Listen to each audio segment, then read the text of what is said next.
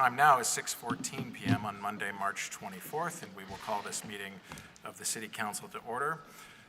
Listed first on our agenda is a proposed motion to adopt our agenda as amended on Civic Clerk. Is there a motion to that end? Thank you, Councillor Shannon. Is there a second? Seconded by Councillor Newbeeser. All in favor of that motion, please say aye. Aye. Aye. Any opposed? That carries unanimously. I will note we are joined online by Councillor Litwin. The second item on our agenda are a number of work sessions here. And Mayor, I'm mindful of the fact that we have public forum scheduled to start in 15 minutes or so. I'm wondering if there is, should we get started with the first work session and then pause for public forum, or is there one of these work sessions that you think is something we could do in the next 15 minutes and then at least have that one out of the way? Okay. Absent objection, I would propose that we suspend our rules to take item 2.2 on impact fees first before public forum. If there is no objection, we will consider our rules suspended and turn first to work session 2.2 on impact fees. And Mayor, my understanding is on this presentation, we are joined by Ashley Parker and Attorney Ramakrishnan. Okay, great. Should I turn the floor to them, or do you have, okay. Excellent. So, sorry to take you out of order there, Ashley and Eric, but take your time in getting set up here. And, you know, if we can keep the presentation to 15 minutes or so, then that should land us pretty well right at 6:30.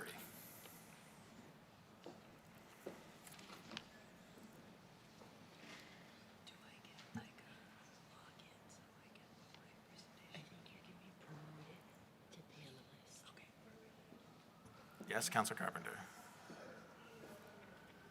Oh, got it figured out. They were saying the link published on the agenda was not working. They got it figured out. Thank you. Okay, thank you, Councilor Carpenter.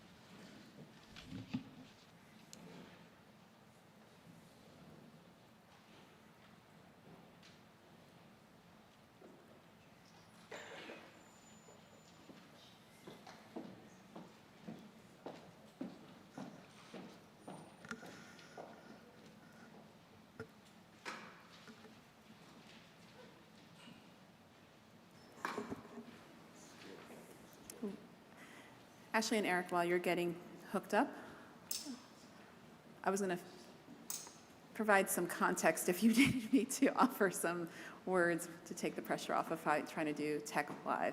I appreciate them being flexible, so they jumped ahead of the queue, as we all know, so I appreciate both of them jumping in to fill this time. This is largely to bring the council back up to date with impact fees, where we left off in our last work session with you several months ago now, and queuing up, hopefully, a constructive conversation around the process needed to move forward from a consulting report we had several months ago. And Ashley seems ready now, so hopefully that was enough of a queue up. Thank you. That was great, thank you. And thank you all for having us come and talk to you again about impact fees. As the mayor said, we really just wanted to get this back in front of you. The last time we were here was in January. And so I wasn't intending on going through all of the detail that we went through in January, but I wanted to remind everybody what we discussed. So if you have questions on like our next steps, that we can go through that. So the first few slides are going to go into here, give you the background in our impact fees, our current fees, when they were originally established in the 90s, and that we've been doing these studies to basically reevaluate, reassess them, which you're supposed to do for impact fees about every 5 years. So we're definitely in need of doing this with our own program. These fees are supposed to be charges on new development that will eventually be spent on capital projects that serve growth and maintain level of service as the city grows. They're usually projects with a community-wide benefit and not just one specific area. Our current fees right now, you'll see on this slide, we have 6 of them, a traffic fee, school fee, a police and fire, parks and library fees. And this just shows you today, well, I guess in $23, what those fees are looking like per 1,000 square feet. This is just a reminder of what our historic collection has been over a 10-year period. Typically, what we've seen per year over 10 years is about an $80,000 per fee category collection. This is really not enough at the end of the day for a significant capital project. So usually in the capital budget, at least in the city's capital budget, it's a very small percentage of the overall revenue needed to do any significant work in the city. As we worked forward and moved forward in this project, these were the questions that we were asking, and we just wanted to, bring them front of mind so all of us are on the same page. The conditions that we really need to have a successful impact fee program are connected to, do we have a growing community and enough growth to create demand for services and capital facilities? Do we have a clearly defined set of capital project needs? So reviewing eligible project lists was a big component of this project. And looking at communities that are more infill community versus a growing community, they tend to be less suited for impact fees. Our study was broken across 3 components. We had one consultant from EPS that reviewed 5 of our 6 impact fees. We had another consultant from RSG looking at the city's traffic fee and what it could look like, transitioning that into a transportation multimodal fee. And then we had the Water Resources Division had a Raftellus reviewing the possibility of creating new water and sewer fees. I also just wanted to share again how we went through this process, where we reviewed all assets and projects, reorganized fees. We put fees in different categories to see how best we might be able to leverage a new revised program for collection. So again, here's some of the basic questions that we looked at.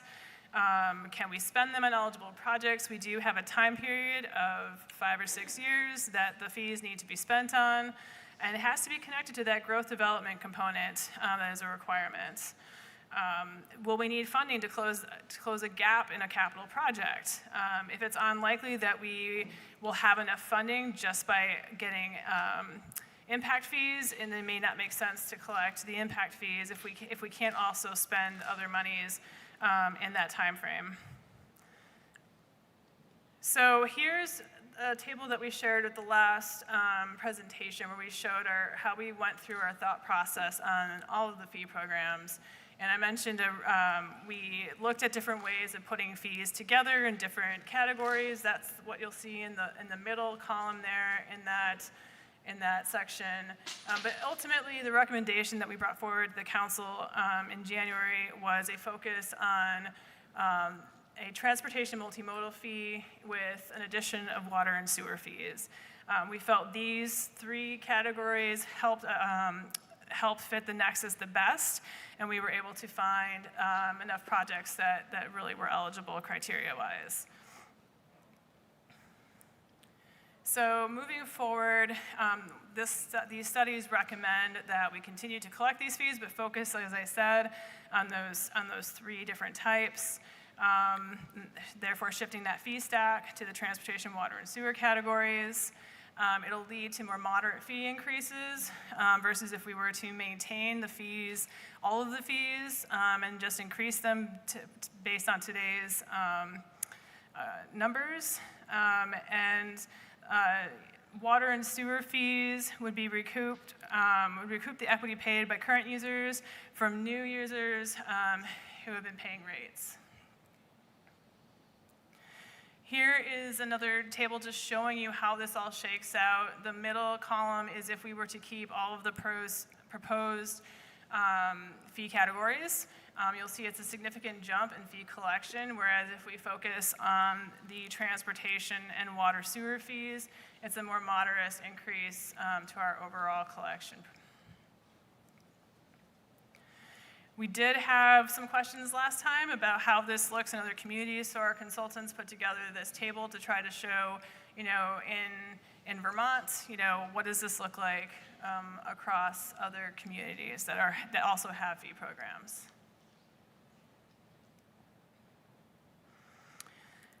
So really, one of the item we wanted to focus on tonight is what are our next steps with this fee study. And here are some of our recommendations for moving forward. In order to try to get new fees established for the fiscal year 26 budget process, we wanted to come back tonight and refresh the council's memory on this project, and also really talk through what we see as moving, you know, in terms of moving this forward. We have fees in 3 different areas right now, and so we are hoping to consolidate a little bit in terms of, instead of having 3 different reference points, move them into having them mentioned in the impact fee ordinance, but then references to other places in our zoning guidelines. So we have some administrative regulations that will focus on the implementation of the program and the different administrative pieces that go along with it. And we will need to get this kicked off in the Planning Commission side of things, reviewing these changes to the ordinances. We have thoughts on waivers and credits that will be considered as we go through this process. And there's also some considerations related to an inclusionary zoning process the planning department has been working on as well. So as I mentioned, we have the fee regulations in 3 different places. You'll see links in the presentation. We would like to, again, make them less confusing and conflicting and have them easier to access by users. We would like to update the administrative regulations to include the set of the fee regulations and their adopted amounts. We have some things that we still need to work through. Water fees may not always be collected at the receipt of a development, which is different than the transportation fee, which the way the other impact fees are collected, they're usually collected at the time of certificate of occupancy. And so there are still some administrative internal processes that we need to work through to make sure this gets implemented appropriately. Here is just an overview for your awareness of what our current exemption, we have a list of current exemptions that our fees are privy to, and staff recommendations related to moving forward, some things that we could consider as we navigate the changes to the codes that we're talking about. And of course, I want to note the water resources fees may have some different exemptions based on the types of fees that they are discussing. We are also looking at how to implement credits, talking about cities' regulations are providing the off-site improvements cannot be required in categories for which fees are paid. They also, sometimes staff is recommending that instead developers are given fee credits for project exactions. So we have some ideas for moving forward with some potential credit scenarios.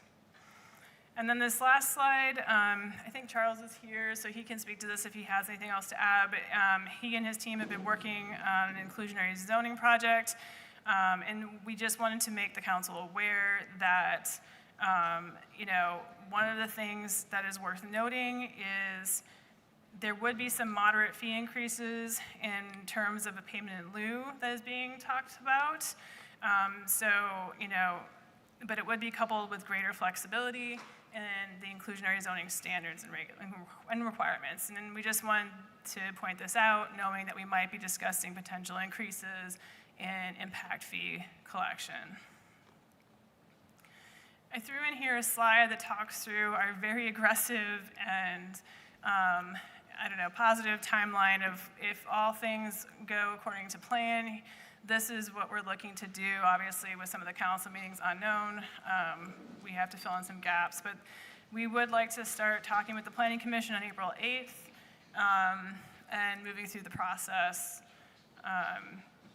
that way, hoping for, again, implementation in time for fiscal year 26. And I think that's it. Again, we have, you can look in our presentation there's other information as part of the fee studies, including project lists that were reviewed.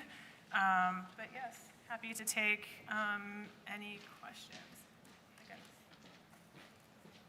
Thank you very much, Ashley. I will note that time now is 6:30. Could I get a sense as to how many councilors wish to speak on this item or have questions on this item? Okay, I see Councilor Bergman. Are there any other councilors that wish to speak on this item? Okay. Why don't we give it a shot, Councilor Bergman, and if the public could be flexible with just a couple minutes here, if you're not using your full 5 minutes, then okay. No, All right, thanks, sure. Councilor Bergman. So I am not looking for an answer now, but I am really interested and concerned about changes to inclusionary zoning that would eliminate the 25 percentile requirement there. So I would love to have much more information about that because we have an affordable housing crisis, and I'm very supportive of the of inclusionary zoning. So it's more of a comment for future information. Thank you. Thank you, Councilor Bergman. Is there any other councilor that wishes to be recognized on this item? Councilor Newbeezer? Just along the same vein, of course, thank you for the work and taking the time to prepare it and share it this evening. I do think, and I hope many of my colleagues on the council would share the sentiment that the private sector does, in fact, have a responsibility to contribute to the public good. In concept, impact fees are an incredibly important mechanism by which we as a community can ensure that the private sector does just that. In my view, without mechanisms like impact fees in place, residents are essentially subsidizing the private sector to maintain our public infrastructure. Additionally, I want to make sure that, just echo what Councilor Bergman just said, we are in the middle of a housing crisis, and one of the most, in my view, effective policies we have in place as a city to protect our affordable housing stock is inclusionary zoning. And so I do need to have much more conversation, which I think, of course, city staff are open to, as always, before supporting any changes to that. Thank you. Thank you, Councilor Newbeezer. Was there any other councilor that wished to be recognized on this item? Okay. I will just briefly add, thank you very much for the updated presentation. We'll look forward to following this as it moves to the Planning Commission and then back here to the council. I will just say individually, because this is a work session, so I'll just jump in here for a moment, that, my understanding was that the impetus to this project was originally founded in not necessarily increasing fees, but rather taking a look at the diversity of the fees and the different directions that they were going in and moving towards further consolidation. So I do want to say that I completely support the proposal with respect to consolidating these funds such that they can be more broadly used and have more impact as an impact fee. I remain concerned about increasing the fees because at the moment, addressing our housing shortage and even addressing our affordable housing shortage, whether you like it or not, depends on the private sector. And it depends on developers choosing to develop here. That's not on me, that's on you. So, but it depends on developers choosing to develop here in Burlington. And so I have concerns about efforts that would potentially put Burlington at a competitive disadvantage as compared to our surrounding communities. I appreciate the numbers that you've put together about what the impact fees in Burlington would be as compared to those communities. As this moves forward, I would be interested in expanding beyond that further as to sort of what the all-in cost is of developing in surrounding communities as compared to developing in Burlington. I know it's not just impact fees that developers are looking at as they consider projects here, and so I can certainly follow up on that question to be a bit more specific around it, but I just want to make sure that as folks have choices about where they're building housing, that they're coming to Burlington and prioritizing Burlington. Okay, thank you. And I know you're here for later items on the agenda too, so, or at least Ashley, you are, right? Yes, okay. Okay, thank you both for being here. So thank you as well to the patience of members of the public. We are at now 6:35 p.m., which is when I will now open it up for public forum. We will begin public forum first with Burlington residents who are here in Contoy's auditorium. We will then turn to Burlington residents who are online. We will come back here then to City Hall for non-Burlington residents and then repeat that process for non-Burlington residents online. At the moment, we have 15 Burlington residents signed up here in person. We have 3 Burlington residents signed up online, 1 non-Burlington resident here in person, 2 non-Burlington residents online. When I call your name, please come up here to the table, take a seat. Make sure the microphone is pulled close to you. Please hit the push buttons that the light comes on the microphone. For those folks who are online, I will let you know once you've been unmuted, and we'll provide you a timer, both online and in person. You will be provided 2 minutes. We certainly welcome diversity of opinions on public issues, but we ask that speakers please refrain from individualized attacks. It is important that City Hall remain a safe place for those who serve, those in attendance, and those watching.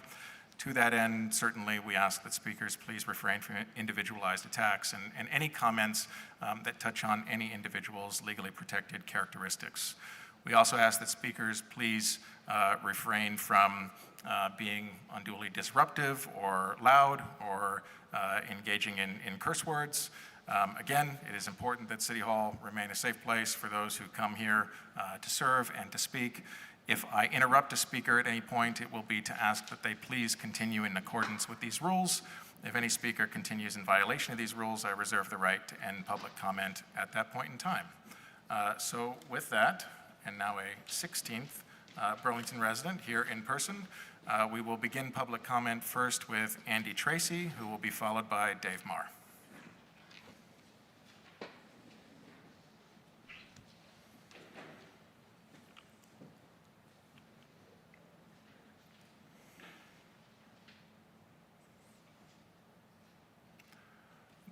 It should be the green light on the microphone.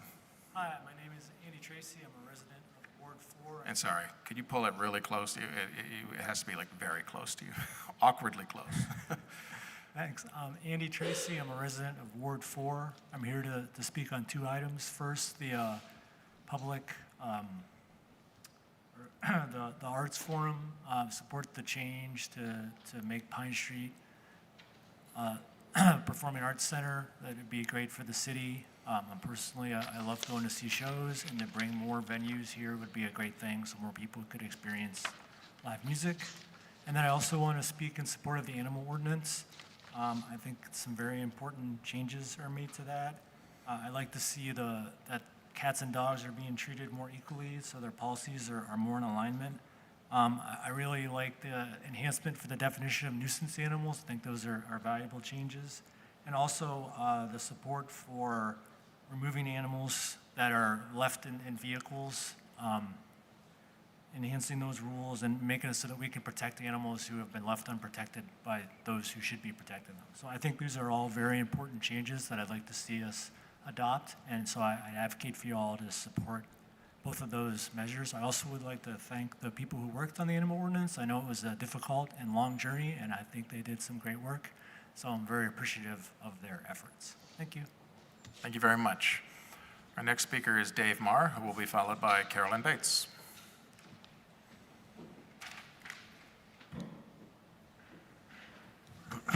Good evening. My name is Dave Marr. I live in the New North End. I would like to recognize Joan Shannon for her many years of public service to the city of Burlington. She has been a consistent voice of reason on the city council over the years. I remember years ago when Burlington Telecom was in trouble, she formed a blue ribbon panel consisting of local business leaders. And their job was to determine if Burlington Telecom could pay back a proposed $6 million loan from Piper Jaffray. Well, all members of that blue ribbon panel agreed that there's no way Burlington Telecom could pay back that loan, and so that was not taken. And that action saved Burlington millions of dollars. I hate to estimate how many, but probably $30 million. A few years back, I addressed the city council, and I suggested that they do something about the stench from the waterfront sewage treatment plant. I used to ride my bicycle by there pretty much on a daily basis when I rode my bicycle to work.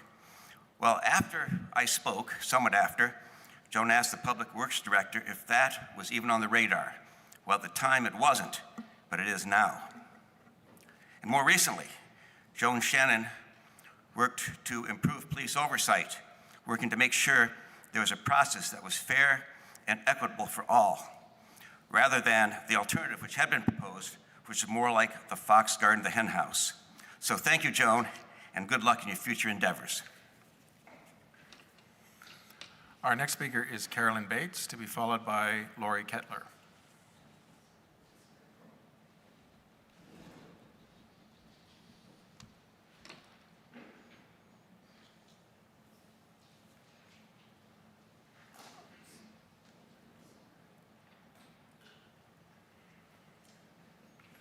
Anyway, I want to thank Joan, too. I was fortunate to be able to be on her very first committee to tell everyone they should vote for her. And I just want to thank her tons and tons and tons for all the areas. Sometimes we wanted to knock each other out because she was on one side and I was on another. But it didn't matter. You know, we stayed friends, and just big thank you. I would like our inclusionary housing of 25% or whatever you think is fair to stay intact. And of course, I like to support Ukraine. I've been doing that since the very beginning. And I found if you all want to keep in touch with something, it's very easy. It's $5 a month or more. Kyiv Independent newspaper is online. A woman directs it, and you can pay $5 a month you want for a year. I've paid a lot more.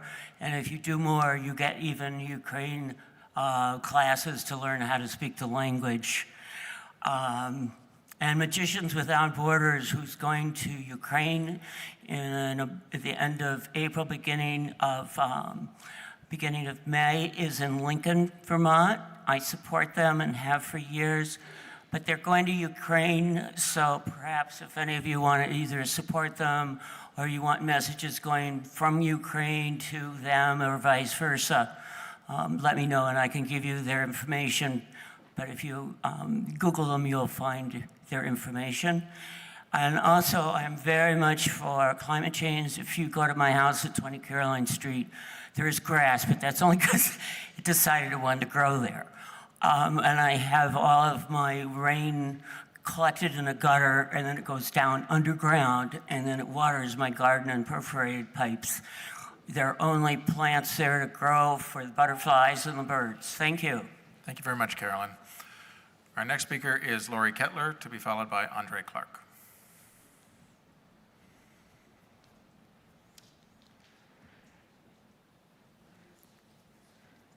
Thank you. As a member of the Dog Task Force, I wanted to thank the members of the Ordinance Committee for their long hours and their tolerance of me through this whole process. It was quite an ordeal. It's been a long road, and I'm very appreciative of that, as the rest of the Dog Task Force members are, I'm sure, as well. There are a lot of they're placing many of the recommendations of the Dog Task Force before you tonight. For example, the need for a dedicated animal control officer and a shelter for all animals, not just dogs. Those are very important improvements, I think, for our community. I'm very grateful that those are moving forward, and the rest of the recommendations as well. At the same time, I would be remiss if I didn't say once again that I'm a little disappointed that the ban on free-roaming cats is not going through or is not being recommended. And instead, there's been an addition to the nuisance animal ordinance that would define certain behaviors of these cats as nuisances. I'm a cat lover, always have been, and literally it has not been one day in my life from the time I was born that I didn't have a cat. But there are so many reasons that they should be inside. They're house cats, that's why. So the way the proposed ordinance reads now as defining them as a nuisance under certain conditions, it helps somewhat with the complaints that we've gotten from the public while we've been going through this process. It doesn't do anything to address the impact on the urban wildlife, and it also doesn't protect the cats at all. And it also puts the onus on the person who's experienced the nuisance to address it. So Thank you. consider that. Thank you. Thank you. Our next speaker is Andre Clark, to be followed by Kurt Wright.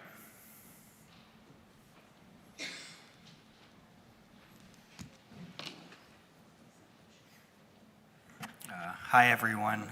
My name is Andre Clark, Ward 2.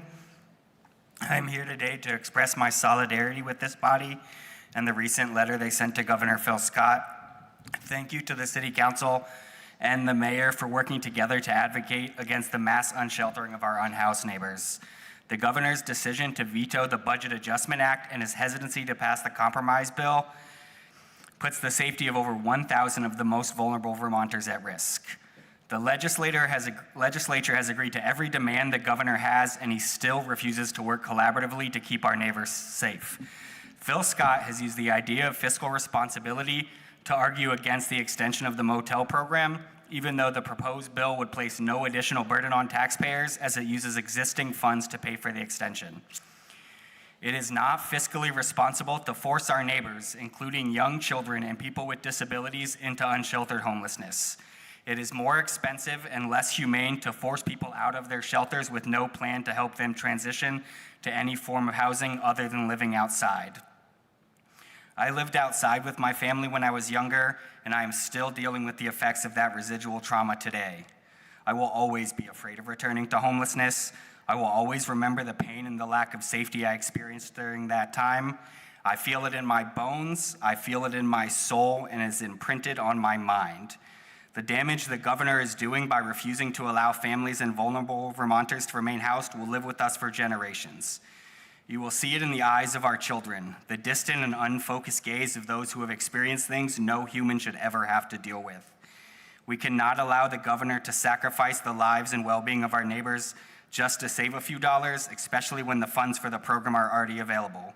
Please call his office at 802-828-3333 and ask that there are no evictions. Thank you. Thank you, Andre. Our next speaker is Kurt Wright, to be followed by Jane Odell.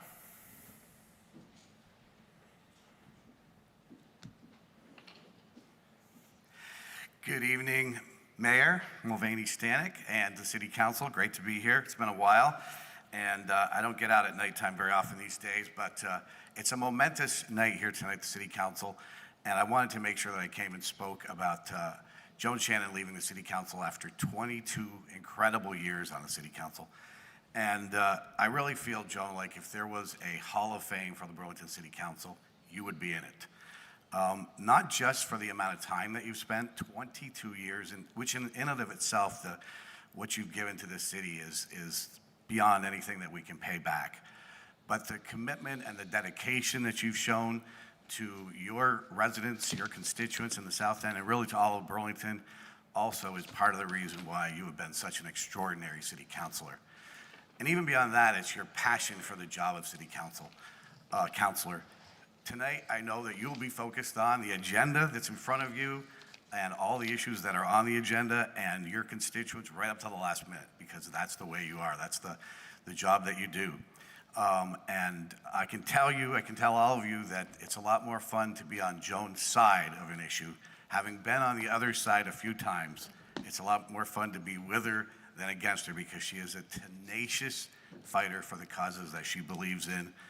We didn't agree on every single one of them, but she is tenacious, and she's always doing what she thinks is right for the people of Burlington. And of course, she has had a love affair, as we know, with Burlington ever since she moved here many years ago.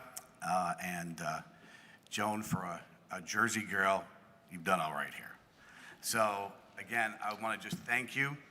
I'm going to personally miss you on the Burlington City Council, and I know that many, many, many Burlington residents feel the same way. It's going to be a real loss, and we can't thank you enough for all you've done for all of us, for the city, for all these years. And of course, I will never forget you and your daughter you, Kurt. coming over when Sorry I was to cut you off. losing my dog. You know how it goes, Kurt. We gotta cut you off here. Actually, President Travers, I always Kurt. gave the people the last sentence. Okay. Next speaker is Jane Nodell, to be followed by David Bresniak. I'm also here tonight to pay tribute to Councilor Shannon. I was walking my dog the other day, and all of a sudden these 3 words came into my mind about Joan: clarity, conviction, courage. I've served with her for many years on City Council, and when she speaks with clarity and conviction. When she's done speaking, you know exactly where she stands and why she takes that position. And I think that you're not going to get an endless stream of platitudes, and at the end of the time, you're asking yourself, but exactly where does this person think we should be going? So I think those are some important traits for city councilors. She has a lot of courage. She will stand up to pressure to go along with the crowd, and there are many, many examples of that. Like Kurt, there are many issues where we were on different sides, but I have never had anything but a ton of respect for Councilor Shannon, always superbly prepared, and as Kurt put it, just tenacious in representing and advocating for what she thought was the best route for Burlington. And I want to close by adding another C word, which is she's very caring. And as I've gotten to know Joan better, I've been the beneficiary of her caring friendship. And Joan, after tonight, I hope that you feel really good about your legacy of service. You have been a distinguished and dedicated city councilor, and the city thanks you. Thank you very much. Thank you. Our next speaker is David Bresniak, to be followed by Todd DeLuca.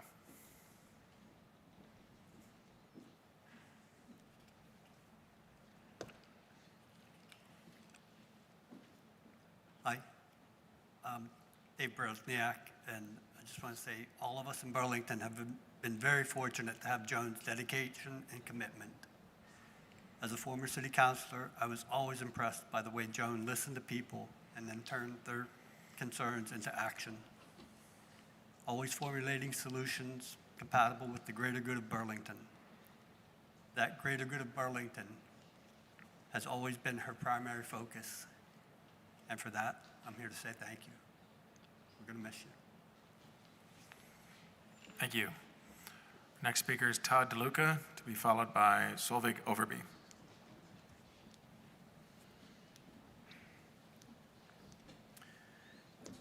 Greetings, Mayor, City Councilors, Mr. President. I'm Todd DeLuca, a resident of Burlington. Tonight, I wanted to take a moment to thank outgoing Councilor Joan Shannon for her decades of service to the city. In the time I've observed her work here, I've come to appreciate her common sense, her diligence, and steady leadership on City Council and in the Ordinance Committee. Thank you, Joan. You will be missed. Regarding inclusionary zoning has for decades restricted the growth of the supply of housing, making housing less affordable in Burlington. It doesn't preserve affordable housing, it makes all housing less affordable in Burlington. It's past time to end inclusionary zoning and focus on other, better, affordable housing policies. Thank you. Thank you. Our next speaker is Solveig Overby, to be followed by Brett Yates.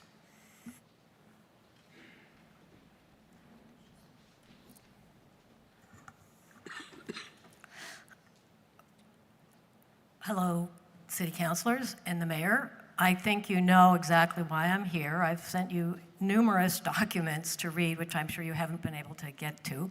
So anybody watching this meeting can actually check out those documents themselves.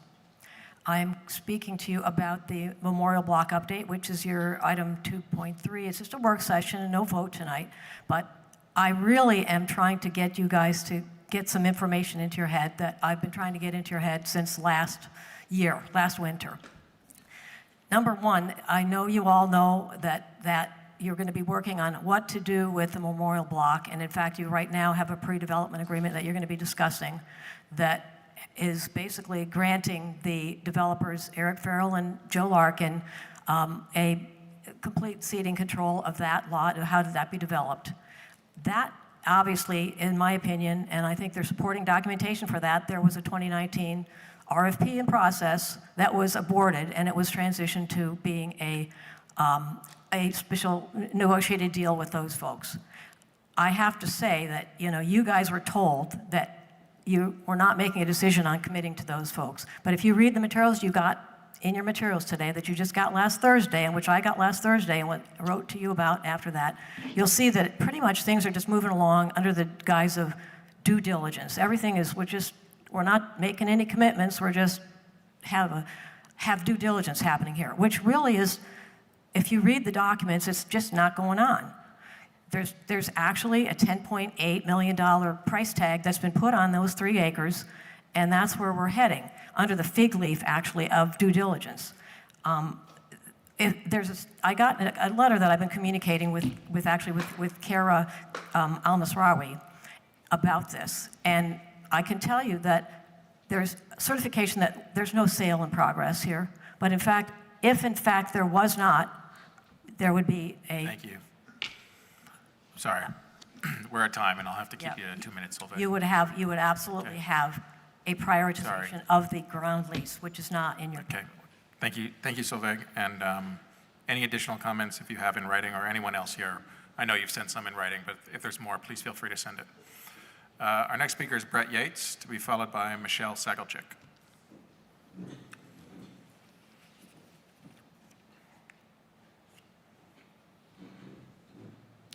Hi, I'm here tonight to urge our city's elected officials to reject the idea of eliminating municipal hauling services for recycling. I guess the city supposedly doesn't have enough money to pay for it anymore. That invites the question of why we can't collect more tax revenue.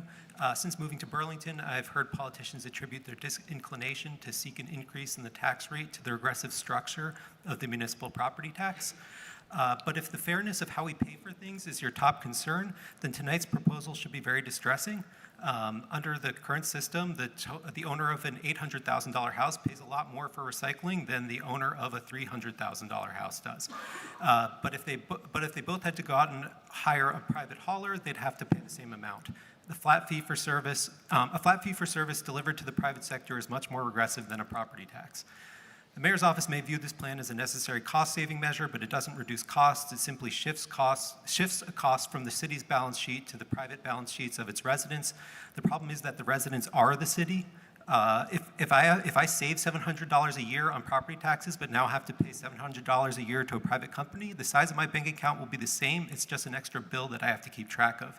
There's an extensive literature on the failures of neoliberal privatization schemes of the 1980s and 90s. I didn't think I'd come across serious consideration of an idea of this kind in Burlington in the year 2025. The details of exactly how we'd go about it may yet be uncertain, but I'd strongly oppose it in any form. I realize that the city is in a tough spot financially, but I think recent land use changes will, in the long run, make Burlington a lot more productive, and we won't be broke forever. Giving away our public services for the purpose of short-term budget balancing would amount to an unacceptable political failure. I know it seems easier than asking people to pay a little more in taxes for the time being, but good leadership isn't easy. Thanks. Thank you. Our next speaker is Michelle Sagalchik, to be followed by Michael Long. Hi, I'm Michelle Sagalchik. I'm a civics teacher at Burlington High School. and a Ward 6 resident. In civics class, I talked to students about the historical struggle that many things entail to gain the things that we now take for granted. And we also consider how much people have to fight to preserve the progresses that we have, and that those fights are not always successful. I also occasionally ask students to imagine what it would be like to build some of the things that we have from scratch, some of the components of our society, like public schooling. What would it take if we had to now build it from scratch? What would be better? What would be worse? What obstacles would people face in the building of it? For me, it's hard to imagine that if we had to try to get public schooling, we would be successful as a country to bring it back. And so it's quite concerning to me that it's even on the table here in Burlington to think about cutting a public service, knowing how hard it would be to bring something like that back ever in the future. We all know that that is a national struggle right now, and it's frightening on how many fronts it feels like we have to fight to protect what little we already have. Even the suggestion that we are considering cutting recycling services, to me, seems like we're welcoming Elon Musk's Doge into our communities. And we know how historically how privatization plays out for ordinary people. I also think that this suggestion is both practically harmful for people, but also symbolically harmful. We're sending the completely wrong message at a time in which we should be loudly standing in defense of our rights and services. Thank you so much. Thank you. Next speaker is Michael Long, who will be followed by Ed Adrian.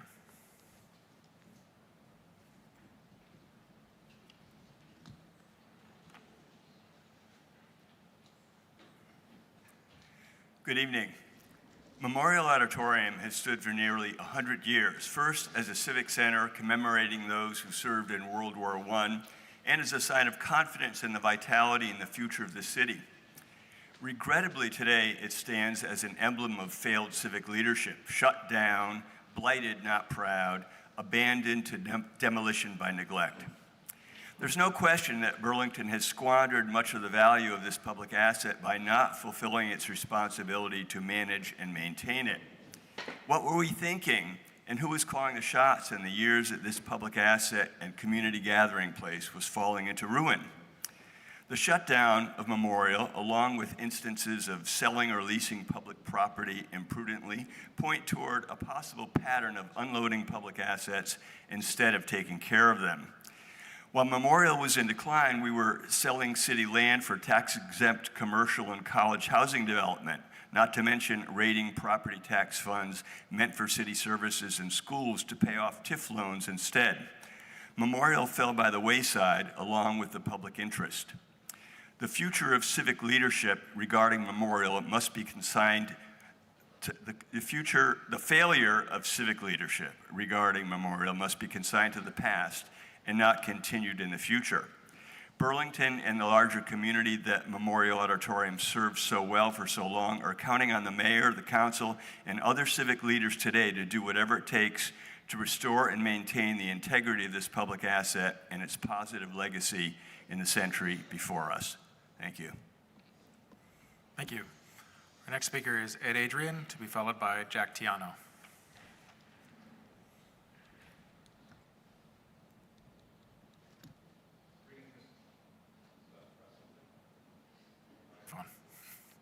There we go. There we Greetings, go. Mr. President. I hope you'll indulge me while I specifically point out one member of the council tonight and give me a warning instead of calling the police if I say too much. Joan, you called me a couple of weeks ago, and you were lamenting about retiring from the city council anyway, and wanted to know what my thoughts were on retirement, although I'm not actually retired, but I did retire from the city council.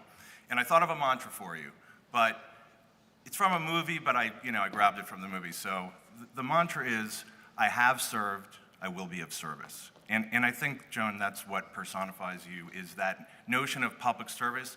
And it didn't really occur to me until like the last year about what public service meant. People would come up to me all the time and thank me for my public service. Public service is doing the stuff that people don't see you do when you're here talking about highly controversial political issues. Public service is returning the emails in detail at 2 in the morning from your constituents and calling them at all hours of the day. Public service means reaching out to people and helping them whether they're going to vote for you or not. And in my opinion, you embody public service to the people of Burlington. So although I have absolutely no power in Burlington, I think you should be the queen of the Queen City for the evening. So thank you for everything you've done, Joan. Thank you, Ed. Our next speaker is Jack Tiano, to be followed by Dave Hartnett.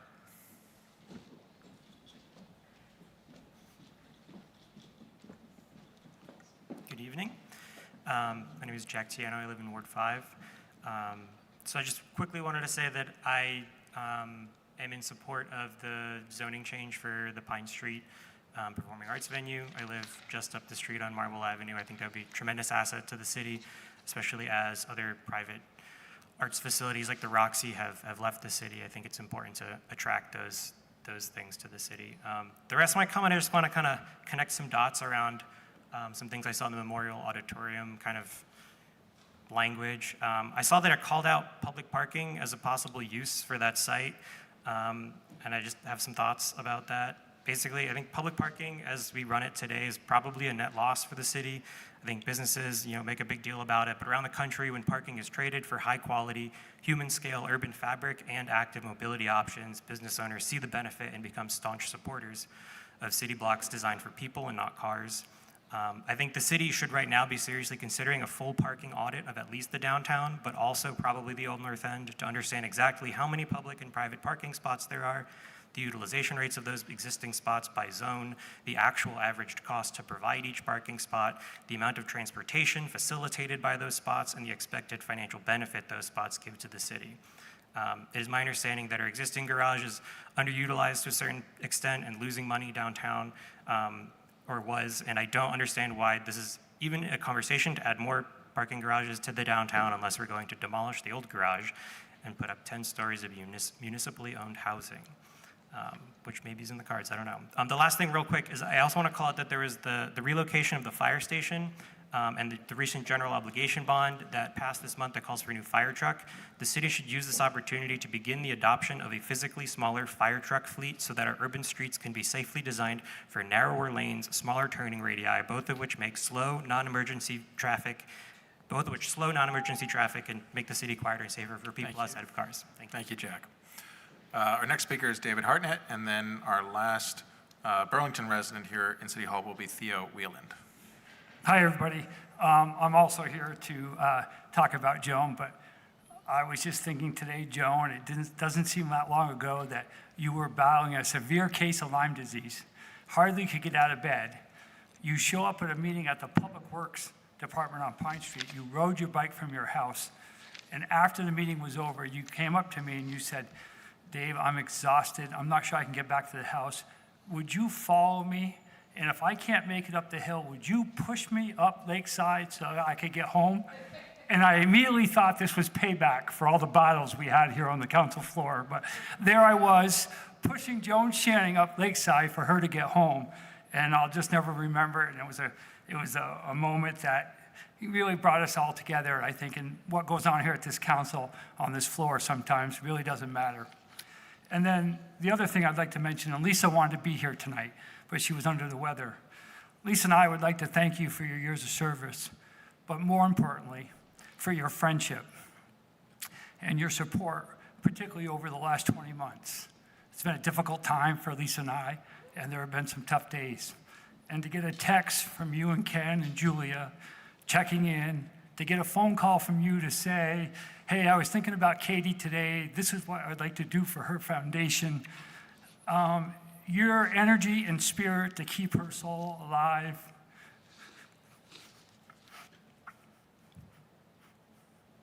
There are no words that Lisa and I have to say to you what that has meant to us.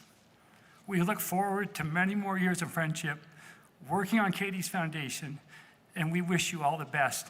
And we do have a little gift that we'd like to give you tonight in appreciation. So thank you, Joan. Recording in progress. Thank you, Dave. Just while we have a moment here, Catherine, before we turn online, do I have a shared screen function so I can share the timer, or were you going to share the timer on Zoom? Sorry. We still have one more person, but I'm just getting set up here. Thank you, Councilor Broderick. You can do the timer? Okay. So we have one more Burlington resident here in person, who is Theo Wieland, and then we will turn to Burlington residents online, and the first Burlington resident online will be Leanne Ciart. Theo.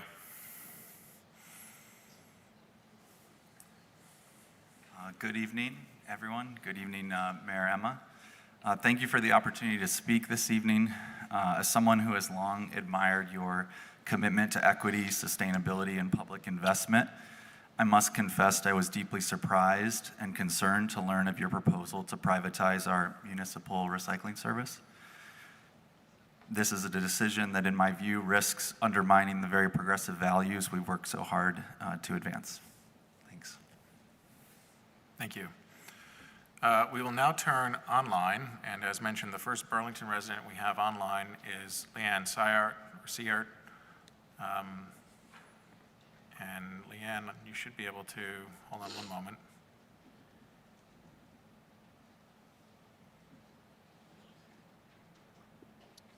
All right, I think I'm in. You are in, and if you could just give us one moment on the timer here. Are we set to go, all good, Catherine? Okay, go ahead, Leanne, thank you. Great.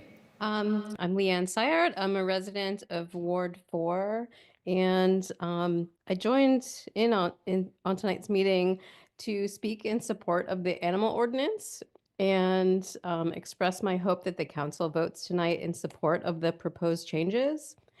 I do want to take a moment to thank the task force for their perseverance and diligent work, and thank the ordinance committee for working through the process and moving forward with some of the proposals.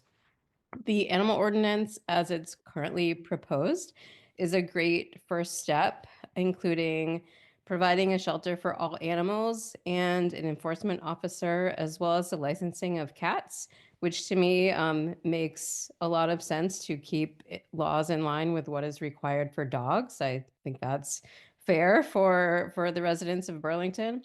And like a couple others maybe have mentioned tonight, I'm a little disappointed that free roaming cats were not addressed in the changes, but I do appreciate that there have been other modifications to the nuisance animal ordinance. And in the future, I hope that the at-large cat issue is properly addressed. In the meantime, moving forward with the proposed changes is critical. And again, I urge the council to vote in support tonight to the animal ordinance changes as it's written. Thank you so much. Thank you. Our next Burlington resident online is Danny Palermo, who will be followed by Sharon Busher. Danny, you should be able to unmute yourself. Go ahead. Great, thank you. Can you hear me? Yes, we can. Okay, wonderful. Hi, my name is Danny Palermo. Thank you for the opportunity to speak this evening. I am an animal law attorney, and I'm commenting in my personal capacity to support the adoption of the animal ordinances, and also as my capacity as a Ward 2 resident. The proposed amendments are necessary for keeping the public and animals safe. Cat licensing, tags, and/or microchips will help reunite cats with their guardians if and when separations occur. And having a dedicated, trained animal control officer and a place to shelter all animals who are in need, not just dogs, is so vital for Burlington to be able to respond promptly and effectively when animal issues arise. It is unfortunate that the ordinance stopped short of a ban on free roaming cats, which would have kept cats and urban wildlife safe and free from disruption caused by free roaming cats. In my opinion, updating the nuisance language falls short of proactively protecting cats and urban wildlife from cats who are actively free roaming, and does put the onus on those who are being disturbed by the cats instead of the guardians who could have prevented them from free roaming in the first place. So in the future, I hope you will reconsider this amendment. But overall, please consider voting in favor of the adoption of the animal ordinances. They will greatly benefit our community. And I just wanted to say thank you to the Dog Task Force for working on these recommendations, and thank you all for your time. Thank you. Our next Burlington resident online is Sharon Busher, and then we will return here to City Hall for non-Burlington residents, and our first non-Burlington resident will be Norm Blay. But Sharon, we'll start with you, and you should be able to go ahead and unmute yourself. Thank you. Good evening. I'm going to speak to three things, if I can fit them in 2 minutes. First is thank the Ordinance Committee for both performing arts and the animal ordinance. If I could make a tweak to the animal ordinance under 5-26 cruelty, I would, if we were legally able to, increase those fines, which now stand at $300 to $500, to a lot more. I have no tolerance for people who are cruel to animals. Second thing, under section 5-4 at large, it has to do with public safety. It gives the animal control officer or someone the right to kill an animal that is perceived to be dangerous. I wish that we could use tranquilizing darts as an option, because sometimes the animal could be injured, and that's why they're perceived to be dangerous. Second thing has to do with Memorial Block. Unlike City Place, which was owned by a private developer, Memorial Block is public land that's owned by all of us, the residents of Burlington. And so I'm expecting the council and the administration and the CEDO director and everyone to keep the public involved and informed in a much more transparent and open process than happened during City Place. So I'm very concerned about the work session tonight. I want to leave just a few minutes left. Joan, Councilor Shannon, thank you so much for all the years that you have served with and without me. But specifically, people used to confuse Joan and I. Now, if I was there, you would laugh at this, but I'm short, she's tall, and I go back to the movie Twins, where Arnold Schwarzenegger and Danny DeVito were twins, and Joan was Arnold and I was Danny. Thanks again, Joan. Best of luck. We'll now return here to City Hall. And, sorry, just one moment here. Okay, great. We'll now return here to City Hall. We have one non-Burlington resident signed up, who is Norm Blay. We have two non-Burlington residents signed up online, Kelly Devine and Karen Sita. Kelly or Karen, if you are online, if you could please use the raise hand function so we can see you on the participant list. Thank you. Norm, please go ahead. Thank you. My name is Norm Blay, and I had the pleasure of serving as city councilor from Ward 6 for 2 terms, the end of the KISS administration and the beginning of Moreau's tenure. And at this point, I want to join the voices that have been speaking on behalf of Joan. And I'm reminded of the adage that everything that could be said about a subject has been said, but not by everyone who wants to say it. And when we were on the council when I was on the council for 4 years, we had some tumultuous times. We dealt with the fluoride controversy, Occupy Burlington, Burlington Telecom. We dealt with F-35s, dealt with redistricting. We dealt with gun control. It was a tumultuous time, and we had great leadership, but the person that I always turned to for advice was Joan. Not only tapping into her experience, but her uncommon common sense. I have very little to add to what has already been said. She was a wonderful friend as well as a colleague and a leader. And I really miss my time on the city council. For one of the major reasons was the time I spent with Joan. Even though I've been in Chittenden County now for 50 years, I'm a product of the Northeast Kingdom of a little hamlet of Derby Line. And in looking for an eloquent closing to this talk, I was at a loss for words, and kind of echoing what Kurt Wright said, and borrowing language from the kingdom. Joan, you did good. Thank you. Thank you. We'll now finish public forum with non-Burlington residents online. At the moment, the only non-Burlington resident online I see signed up to speak that I see online is Karen Sita. Kelly Devine, if you're online, again, please use the raise hand function. But Karen, we'll turn to you, and if you could just give us a moment here to pull the timer up, and you should now be able to go ahead and unmute yourself. Thank you. Thank you, Mr. President. It is me. There is no other.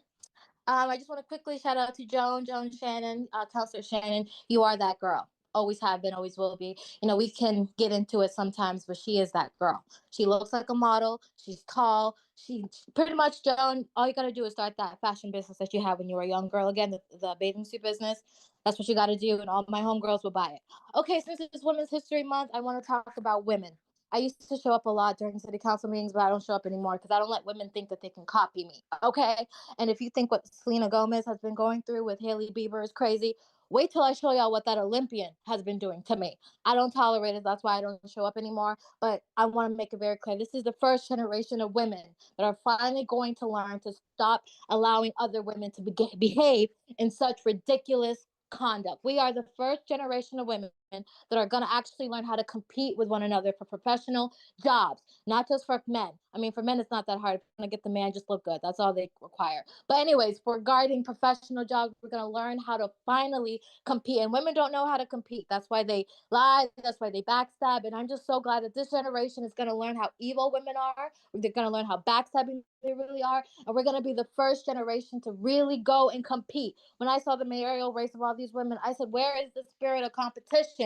The pure spirit of competition. And we need to bring that back. We need to show women that, yes, you compete fair and square. And this is why I'm glad that we are finally a merit-based country where it's about, this is what I come with merit, not my skin color, not my gender, not who I sleep with at home.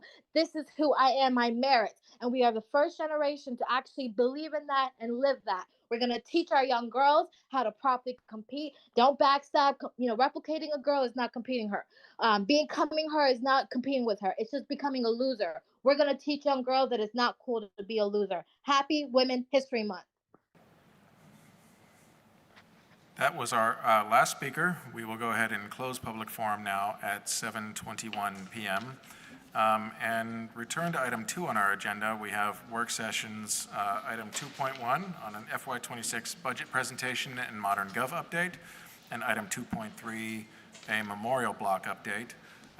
Just in terms of a roadmap here, I think once we are done with the work sessions, we do have meetings scheduled as our local control commission and local cannabis control commission, which were warned for 7:30 and 7:45 p.m. If there's anyone here for those meetings, we will turn to those meetings immediately after the work sessions are complete, and then we'll continue with our council agenda.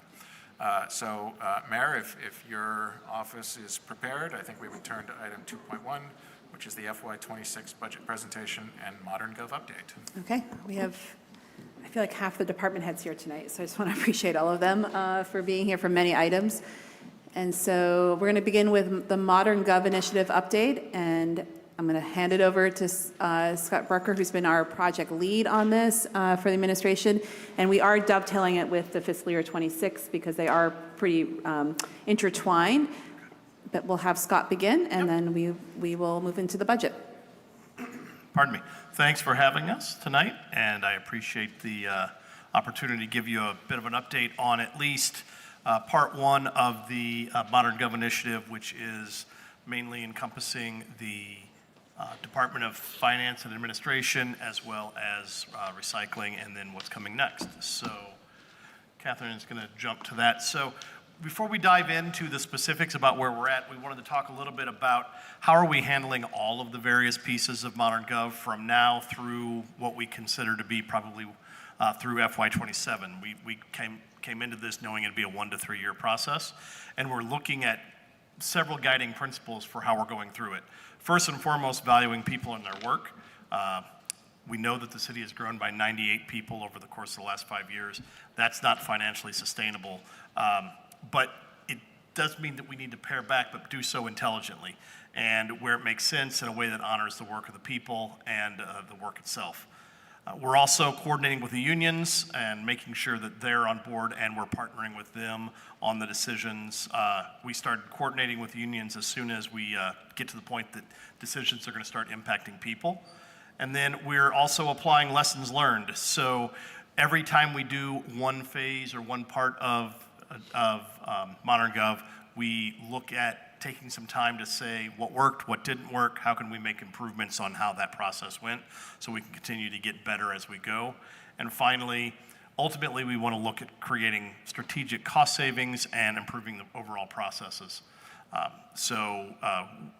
we want to make sure that the changes we bring about are designed to be strategic.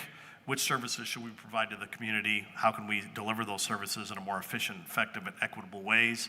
And the goal is ultimately to make the changes thoughtfully, intentionally, and strategically. So with that, we're going to bounce right to the first piece of Department of Finance and Administration, and that's the actual creation of that department. And what that really means is that we're combining several departments that exist right now independently into the Department of Finance and Administration: Assessor's Office, Clerk Treasurer's Office, the Human Resources Department, and Innovation and Technology. This department is charged with continuity of government. So beyond whoever it is that may sit in the mayor's office, these pieces of the government really need to continue to function, and make sure that they provide the basic functions of municipal governance. These are the areas that are, for the most part, outside political atmosphere and exist regardless of which specific priorities the next administration may have. Why do we start here? Partly it's because this was one of the simplest places to go, and we could start to learn some of those lessons that we need to learn for the next parts. So communications, so that we can make sure we continue to improve how we're communicating not only the changes internally but externally. Physical location, as many of you know, the physical space is at a premium across the city. So how do we make these changes in this complex environment, but also in a way that allows for people to be close to and co-located with the services that they serve directly? And then efficiency, it's going to allow us to build in more efficiencies in how all of these main groups interact with each other. And long-term, we expect it's going to bear fruit in terms of improved revenue collection, more efficient central activities, and tighter control of the financial resources. Part of all this is ultimately there may very well be throughout ModernGov charter changes. We're not asking for anything like that right now. I think it probably makes sense to make some of these changes and see how they work, make sure that they're working the way they are intended. And so in the meantime, instead of a charter change, which will be down the road, we're going to humbly ask for a council resolution to send us on our way so we can make these changes and start making sure that they're going to work. If you look at that, we didn't put names next to anybody at this point, but if you look at those, the human resources, clerks, treasurers, city assessor, innovation, technology, most of those positions, titles, descriptions, job expectations, responsibilities don't change. They hold the same responsibilities they do now. It's just a different reporting structure. There are a couple exceptions to that. The CAO role, we specifically and intentionally pulled that position a little bit more up out of the weeds so that the person in that role can work with city strategy more directly with the mayor's office. We split the clerk's office and the treasurer's office into separate entities, so there are some changes with how those two pieces are pulled together and led. And then we wanted to make sure that we continue to focus on equity and fairness, and we've done that in terms of addressing job descriptions and compensation for the people in those roles. So all of that has been taken into account. The part 2 of Department of Finance is centralizing accounting. This is going to mimic the structure that's in place with Human Resources and City Attorney's Office, where every group has a dedicated attorney or every group has a dedicated Human Resources manager. So this will be the same type of thing from an accounting perspective, and it's going to allow that expertise that's been developed over time to remain, but it's also going to be a better opportunity to cross-train so that there's better backup, and when there are busier times in one department, we've got more than one person that can take care of that.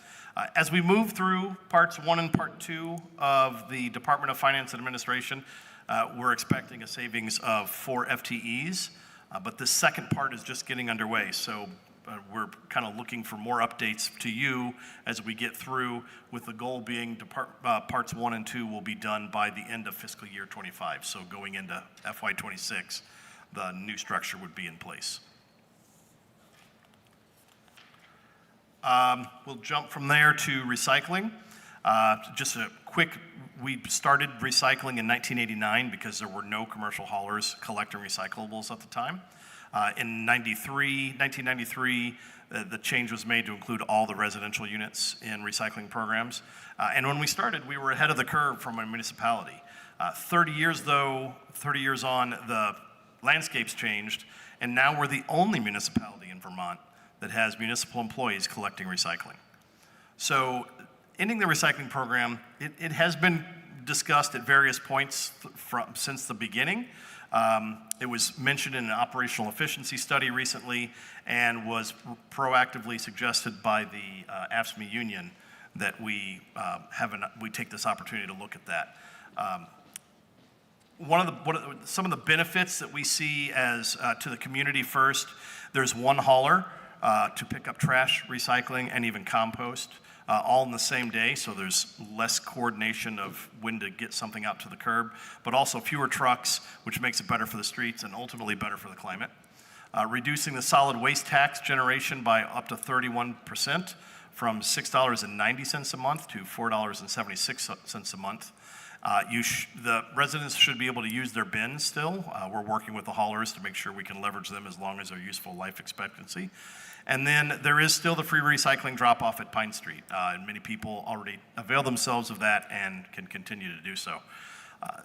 Beyond what are the benefits to the residents, the benefits directly to the city are that with state law requiring collection and most haulers offering it as a service, we're duplicating other already existing services.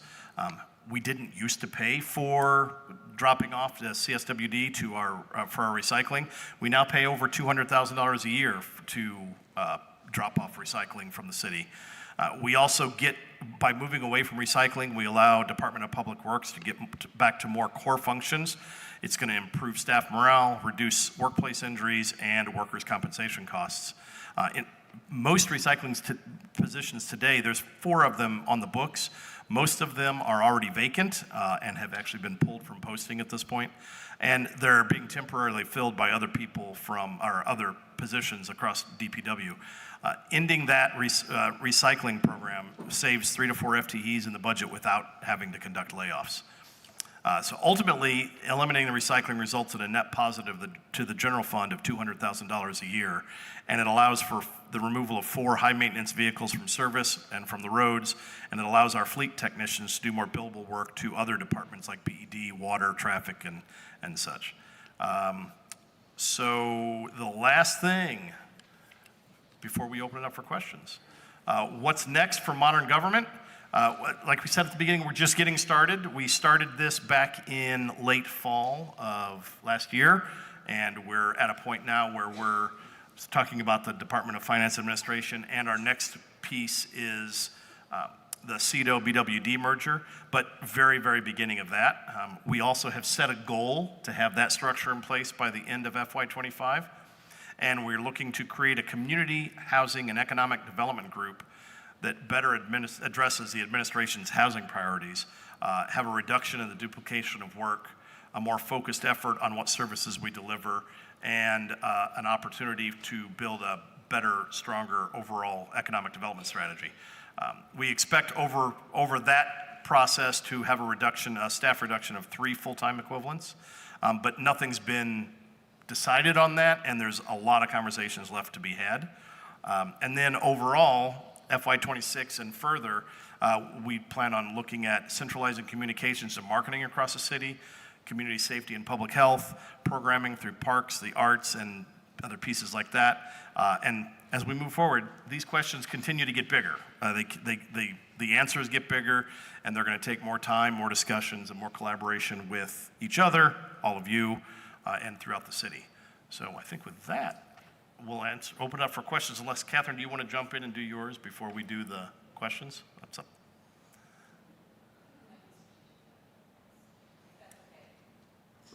Pause here for a moment for questions, or would you want to continue Well, I with think the it would be presentation? helpful because they really are intertwined for the I council to agree. get an understanding of the budget and then take all the questions together. So Okay. please write them down, and thank you for your understanding there. No, I agree. I think that makes sense. Yeah.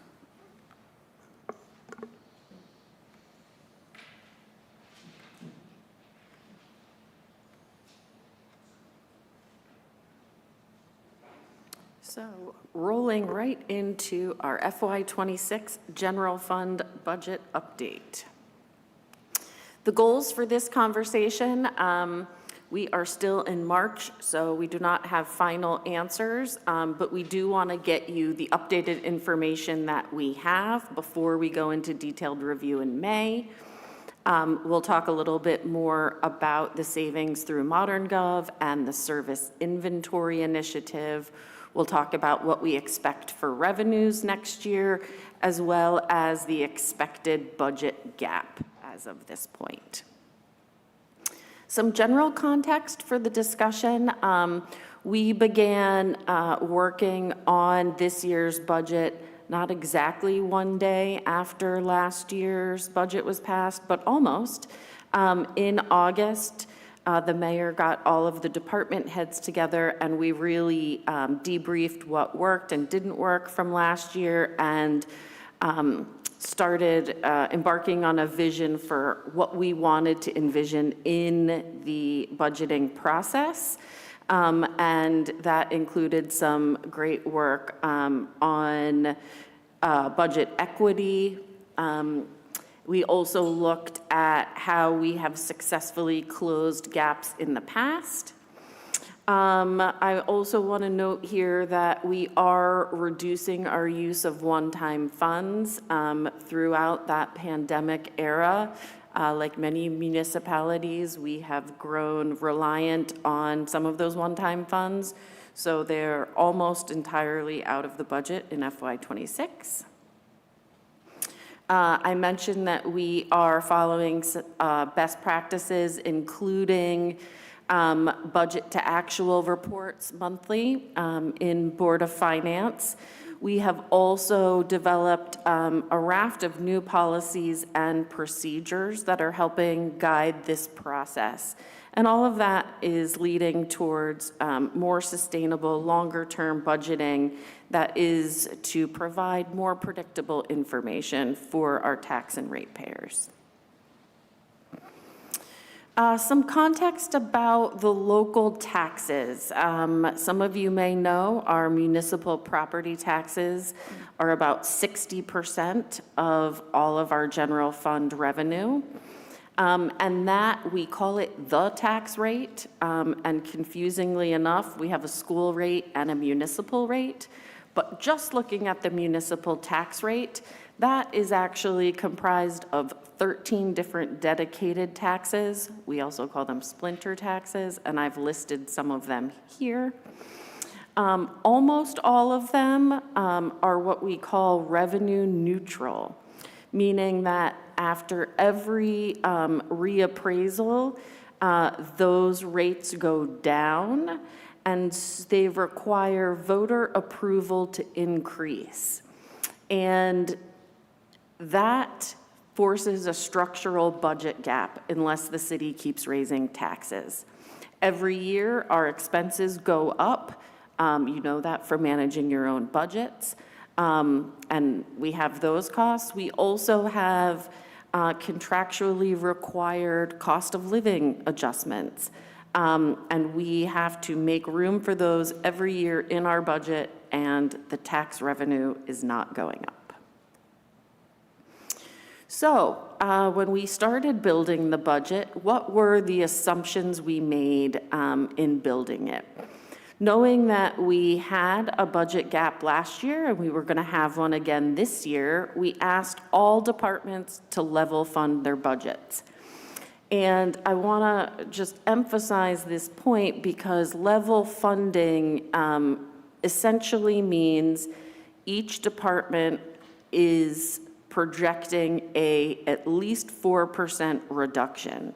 And that is a way, that is because of these contractually required cost of living increases, as well as the general inflation, as I spoke about. We did find that for the police and fire departments, it was almost impossible to keep them level funded because so much of their spending is on staffing, and they have the element of safe staffing. However, operations for both of those departments were really scrutinized. And by operations, I mean non-personnel costs.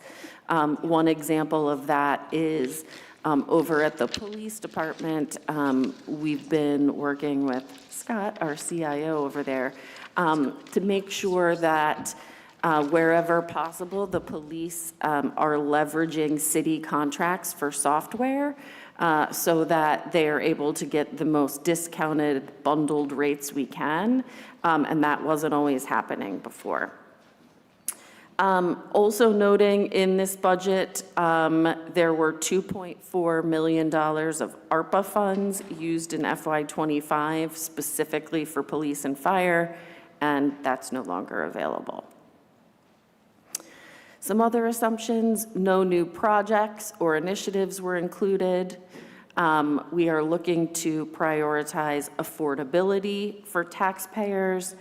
And then undoubtedly, as everyone has heard, with what's going on at the national level with Canada, we are looking at uncertainty in our gross receipts and looking at what a decline in Canadian tourism would mean for such things as our gross receipts.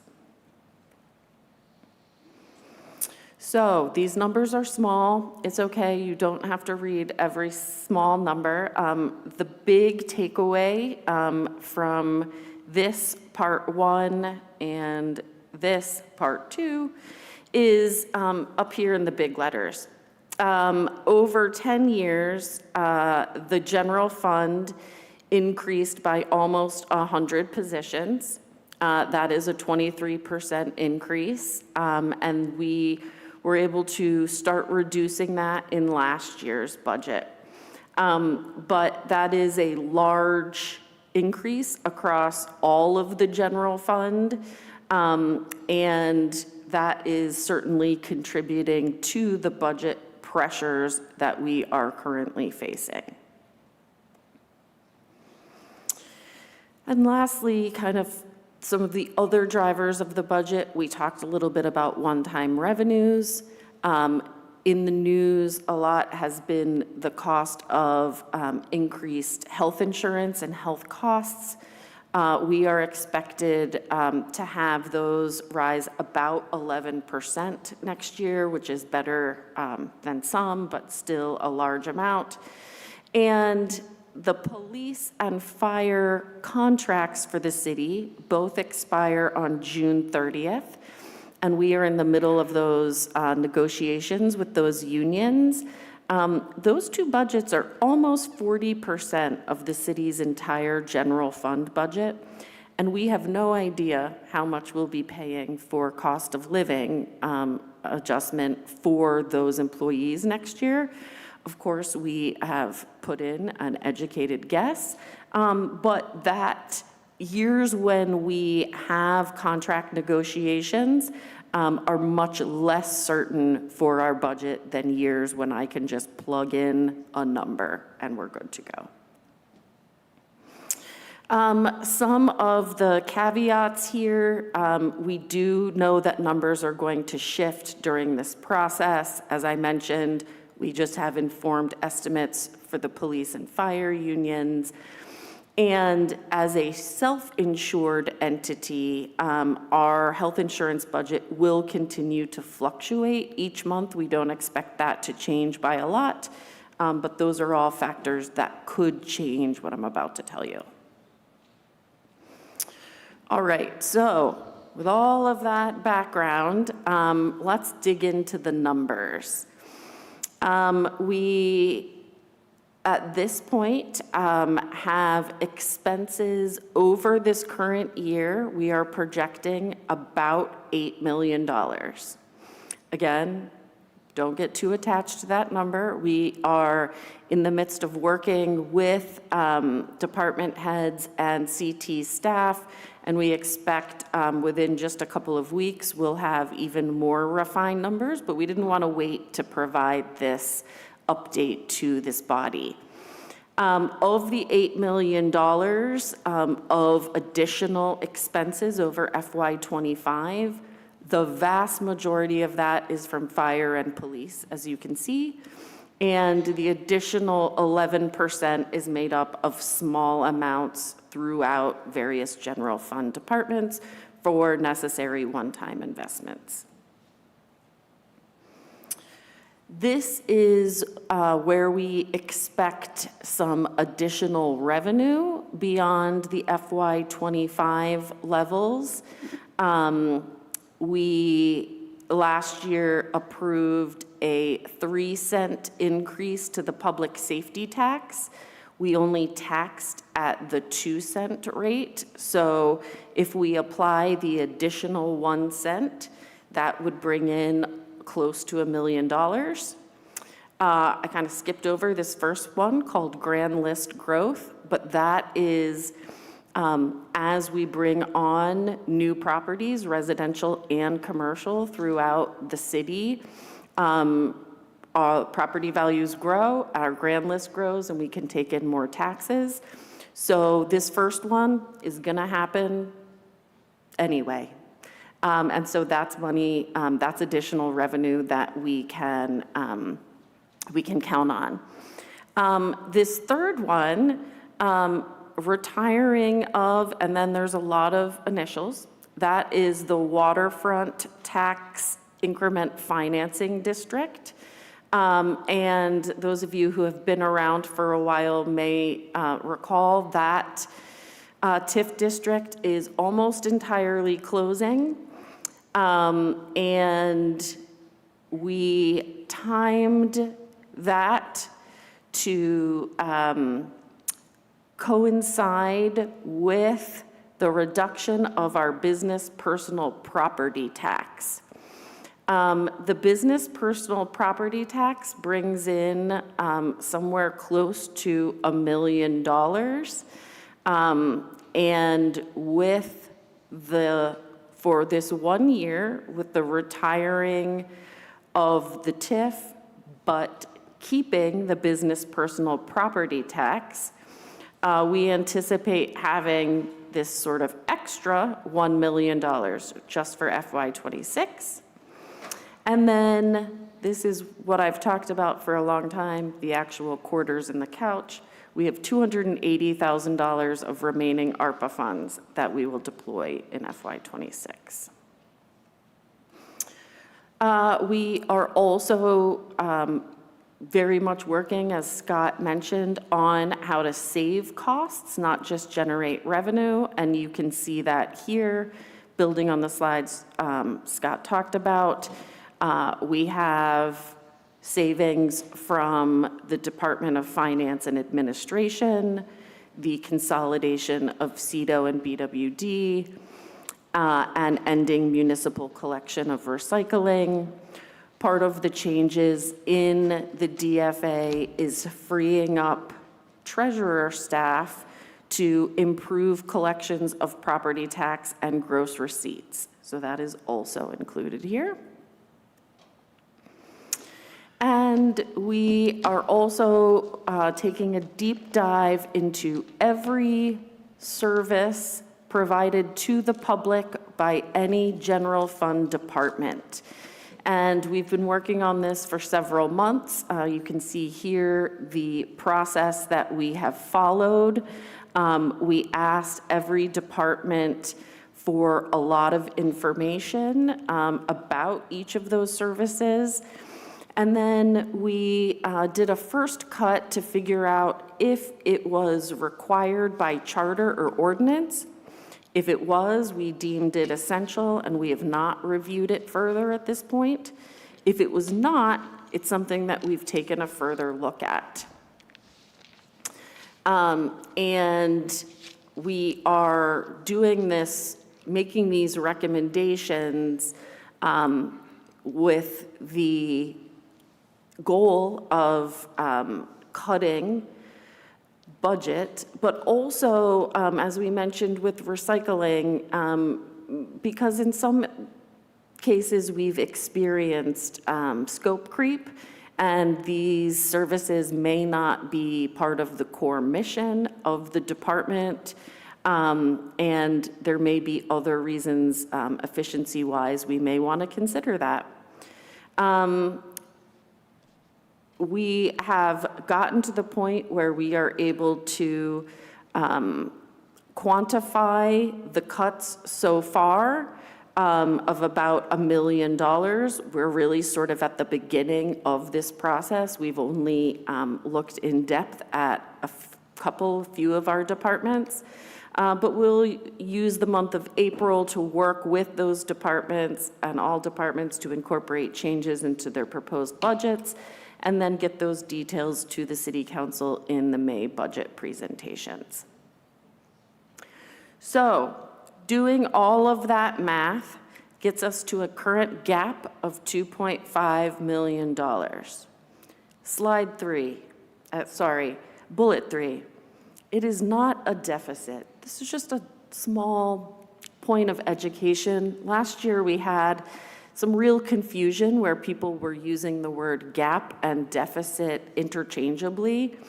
A deficit is when your expenditures have already exceeded your revenues.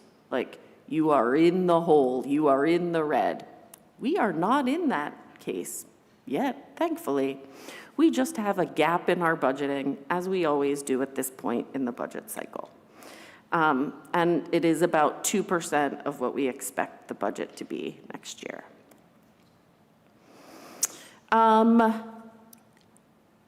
A couple of things on taxes, and then we'll be done, and you can ask any questions. We did not ask for a general tax increase, and in fact, we are expecting a small decrease of about 1% in the municipal tax rate compared to an 11% increase last year. That could change. That's where things stand now. As I mentioned, we'll use the remaining 1 cent of voter-approved fire and police tax. And we have some changes to street capital, retirement, and debt taxes. And here is just a quick summary. The budget gap is steadily decreasing. We are thrilled that the municipal tax rate may also decrease, and we are working fervently to present a balanced budget to the City Council in early May. And with that, I think we're ready for questions. Thank you very much. So we have both the ModernGov update and the FY26 budget update, and we'll now turn to councilors for any questions or comments. Who wants to get in the queue? Councilor Kane. Thank you. I'd like to discuss the potential privatization of the recycling program. I find it disappointing. It doesn't seem necessary to me. This doesn't seem like the kind of messy situation like Burlington Telecom. In fact, my understanding is the solid waste tax currently brings in about $1 million a year, and we're something like $200,000 per year short of sustainably funding the recycling program. My understanding is the recycling staff are difficult positions to fill, that there was a reclassification, but that an additional reclassification, perhaps from grade 14 to 16, would be necessary to fully staff those positions. That would be something like $10,000 to $15,000 per year per position, something like $50,000 per year. I also understand that in terms of fleet maintenance, we are right now a technician short of fully maintaining our fleet, including the recycling vehicles. That position, I understand, would cost, including benefits, something like $100,000 per year. I understand there's also additional needs for expenditures from this source of funding, the solid waste tax, including things like landfill maintenance. And I understand that we're looking at a potential $400,000 or so expenditure in that regard. If you amortize that cost out, we're talking about surely less than a $50,000 per year cost. All in, this is something like an extra $200,000 a year on a program, on a tax that already brings in about $1 million a year by taxing units, housing units, about $6 and change a month. So we're talking about an extra $1 or $2 per month. Burlington citizens just voted overwhelmingly for the lake bond, for the general obligation bond, Burlington citizens were willing to take on significantly larger tax increases for the sake of maintaining their water infrastructure and other infrastructure. I have no doubt in my mind, and I doubt anyone in this room believes that the citizens of Burlington wouldn't happily pay an extra $1 or $2 to sustainably fund their currently underfunded recycling program. So I wanted to put my math out there and see if you guys have a different understanding.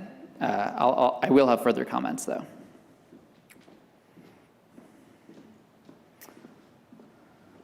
Do you have any response to Councilor Kane's question there? Yes, thank you. Chapin Spencer, Director of Public Works.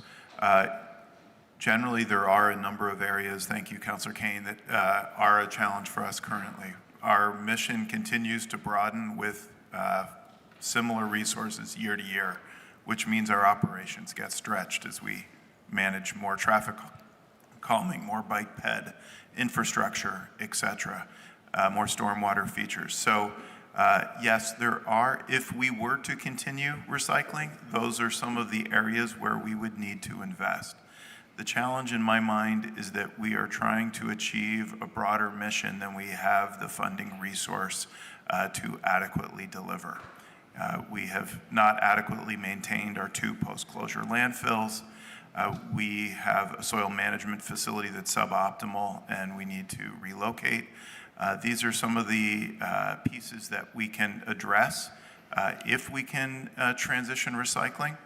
And one of the conversations that I welcome with the council is whether or not there is interest in looking at consolidated collection, where we could have different neighborhoods of the city be collected by specific haulers, which would help our climate goals and ensure the most efficient collection. So happy to continue the conversation and share resources. My concern is by keeping recycling, we've struggled to hire staff, as unfortunately our ASME president couldn't come tonight. I need to jump back in just because I want to make sure I get through my comments, but I do want to hear more and continue this conversation. So in terms of the efficiency of privatizing the program, I'm not seeing any possible gains here. I'm seeing additional costs on citizens that they would need to go out and contract and pay for recycling services, which currently just comes on their trash bill. So that's an additional cost. A private sector company will need to maintain their fleet, will need to pay workers market rate. There's also the fact that trash hauling right now is a system where multiple companies could come to the same street, where the same company could come to the same street on different days during the week. It's less efficient than the maximally efficient way the government already does this, by going and doing every house on the street on the same day. So this will actually cost citizens more money. It'll cost them more time. And in the context of FY26 budget discussions, if we're going to be looking at eliminating or holding any positions open, positions that in their absence would otherwise directly cost Burlington citizens money are the worst positions to keep open. There are reclassifications and new positions that we create at the Board of Finance regularly for important work. We have over 500 city staff that do very important work. Most of those positions, though, if we eliminated them tomorrow, would not directly cost the citizens of Burlington money and would not directly cost them even more money than they were paying in taxes for the equivalent service. So I wanted to put those ideas out there. Councilor Kane, you're pretty much at time if you could wrap up. Yeah, I'm almost through the list of reasons why this doesn't make sense. One other one is private provision is either also going to result in a profit for the companies who do this work that currently is done by the government, or if the companies are not profitable, then a difficult situation where consumers are juggling, firms entering and exiting the market. This is just the economics here are very black and white, and I see no justification for this. Thank you. Thank you, Councilor Kane. I have Councilor Carpenter, and then Broderick, and then Barlow. Councilor Carpenter? Thanks. Just a clarification on the municipal tax rate. You're expecting it to be reduced, and are the reductions or if you could, within the municipal tax rate, how much of the, I'm confused by your language, how much of that is non-city general fund? And is that increasing? Is that increasing? And then how much is the debt service and retirement tax, or portion of the tax? Give me just a minute and I will calculate that for you. Okay, and that's included in the, yes.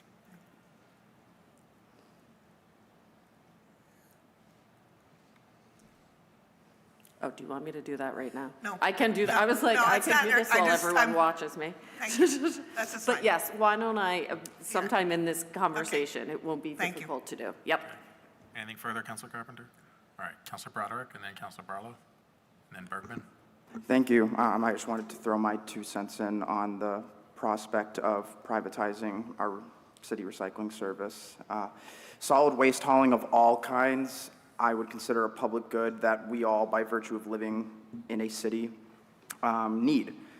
So I believe that these public goods must be accountable to the people and their representatives and not controlled by private companies, no matter how heavily regulated we think we can do that. Entrusting the private sector to a public service, especially in the form of forced private monopolies by neighborhood, introduces numerous opportunities for the erosion of service, exploitation of workers and residents alike, and reduced transparency and control over how folks are serviced. Furthermore, the promised costs savings of privatization will not be what they seem, not only on the city's front due to the hidden costs associated with any type of regulating or monitoring of private contractors to attempt to prevent any type of exploitation, but also the fact that the buck will be passed on to residents in the form of inequitable flat fees, which residents will have no way of influencing in the way publicly run services can through their representatives and through their vote. Our tax bill is not our only expense, but it is the expense that we as members of a democracy have a say in affecting. Unlike private expenses, whether it's healthcare, utilities, or recycling, residents will foot the bill, and as Councilor Kane laid out, will be negatively impacted by this decision. Burlingtonians have shown in this most recent election that when our public services are on the line, we are prepared to put our money where our mouth is. I support public works, and if this is an issue, as you've cited, of lack of funds for other core personnel and services, or that we just need to adequately fund our recycling program, then we should be discussing that, providing that while maintaining the people's control over our public goods. So instead of losing a public good, we should have these discussions on how we can improve service for all Burlingtonians and allow residents to retain their voice in affecting the services that they all benefit from. Thank you. Thank you, Councilor Broderick. I have Councilor Barlow, Bergman, Litwin, and Grant. Councilor Barlow. Thank you, President Travers. I have a couple of questions. One is that I've asked for this over email as well, and I'm wondering if there might not be a version of the service inventory that could be available for councilors to see, so we could get a sense of the detail that's going into some of the recommendations. And then I guess my question is, I'll ask sort of Councilor Carpenter's question a different way. Are we expecting that the municipal tax bills will go down by 1%? Assuming, I mean, obviously, is that what this is saying, that the rate, the municipal, there'll be a small decrease in the municipal rate, which is the aggregate of all the splinter taxes, but we don't expect the municipal tax bill for taxpayers to actually decrease by 1%, do we? We do. Wow, that's amazing.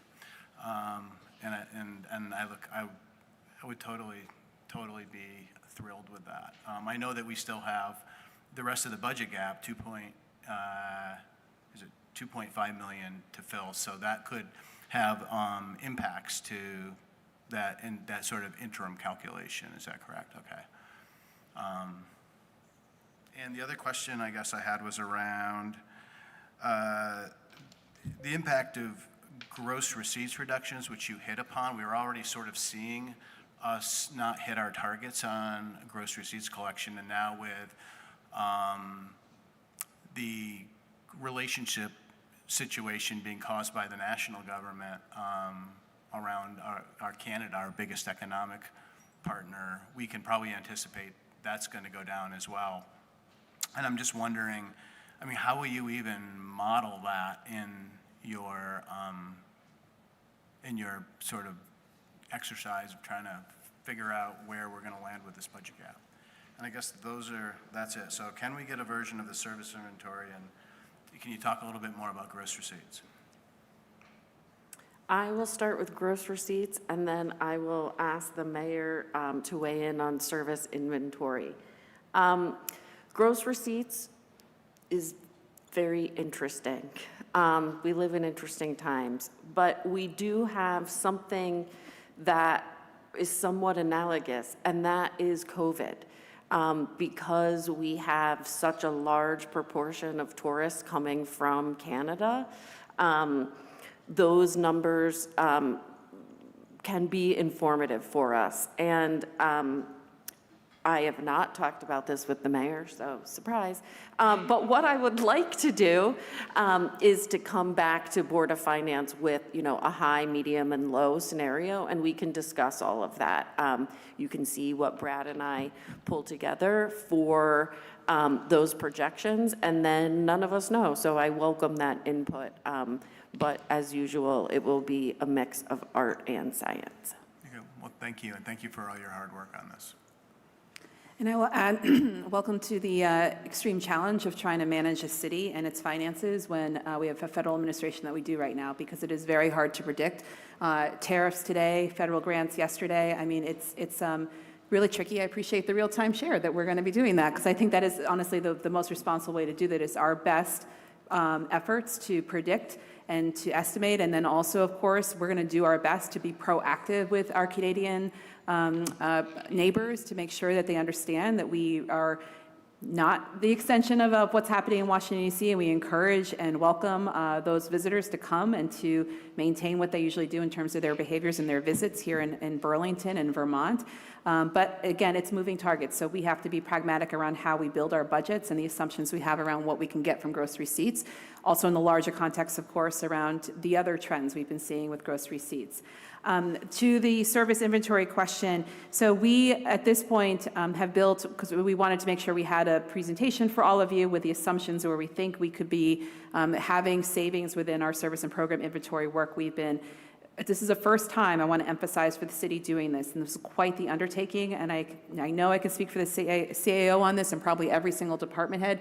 No one understood the amount of work that went into this to really itemize down to every program and service that we offer in the city was quite the undertaking. And then doing the analysis of whether it's chartered, whether it's per ordinance, whether it's per resolution, whether it's no one knows how we started this particular thing, and all the money and assumptions that went into it. So with this first pass, it's taken much longer. This is also to say, I went through as the mayor with the CAO to determine where I think the initial savings could be based on what my assessment is of core services, again, based on that metric I mentioned before. That information is yet to be brought back to departments with that assessment. We did a high-level estimation of what those cuts could amount to. So we really need to do that due diligence and work back with our departments first in April as we continue to prepare the budgets. So we will share what we're proposing when we get to the Marvelous Nights of May, when we get to May, and we can see, because I think there's more give and take that will likely happen within departments. I want to emphasize, as I've been trying to be transparent, that, with a city that has grown nearly 98 FTEs over the last 10 years, people and personnel are potentially impacted by this. We also want to make sure, much like ModernGov, that we're taking our time and making sure we're working with unions in any impacted positions and not simply just jumping the gun and providing information which is not even where we're going to finally land with our proposal to council. So it is coming. I just ask for your patience as we make sure we do this in a proper process. Thank you. Yep. Thank you, Mayor. Thank you, Councilor Barlow. Councilor Bergman? Well, first, I want to appreciate all the work that's being done because it's a significant gap, and it's important to really scrutinize what we do. So I want to thank you. Those of you who have been on this council for a while or are paying attention, I was a leader in the opposition to privatize recycling in 2021. And I continue to have serious problems with it. So let me just be clear. I am not in favor of any move to a system that is based on defining the collection of the city's solid waste, including recycling, as being outside a legitimate core function of the city. One might have a debate about whether we can do it, but it is absolutely, the collection of solid waste is a public function, which is why it's regulated on the state level the way it is. And I really hope that we move away from that language. I am not in favor of a system that does not move us to a more rationalized system in line with what is absolutely a natural monopoly that citywide collection entails and that the environment demands. And that is what, in part, the franchising system that was debated in 2021 was about. So if that is not on the table, and I do hear the possibility of it being on the table for this year, because cuts, I mean, if we delay and what have you in terms of the timing, I think it has to be synchronized in that. That is something that I cannot support. Affordability. We have a serious budget problem of our own. We have to solve that. I appreciate that. I try to work very hard to do that. That has both revenue and expense sides. We are dealing with this on the expense side. There are revenue solutions to being able to come up with the $200,000. But at the end of the day, as Councillor Broderick mentioned and as Councillor Kane mentioned, this is really about affordability to residents, and that means we look at the cost of the service. And so when I look at the privatization, I am looking and listening for it being more affordable to the people who are paying it. And I haven't heard that. I've heard the city expense side, totally legitimate, but I do not hear the other side. And I think that it is, I won't be hyperbolic. I just don't think it is, it's appropriate. I could be hyperbolic, but I'll leave it. And then the last point on this is I believe that it is really a proper function for this to be done in the public sector. And I would like us to build a system, a new system, if we move away from this hybrid system that we've got, that gives us the opportunity in the future to municipalize the entire system if and when finances allow. And I know that that may be a long time. This is around the world something that is very, very common. There are many ways to collect and discard this our solid waste, and municipalization is one very accepted one throughout the world, including many places in the United States. So I'll look forward to a conversation that will deal with these values that I've laid out on the table in the context of understanding that we've got a gap. Even if you go this way, you still have a significant gap, and that if you move in my direction, you've got to deal with $200,000 there. So maybe you just round it up to $3 million as the target for what has to be dealt with. Thank you. I appreciate the union's position on this. I appreciate the difficulty of it, and perhaps we can get to a place that that I can feel more comfortable on. Thank you. Thank you, Councilor Bergman.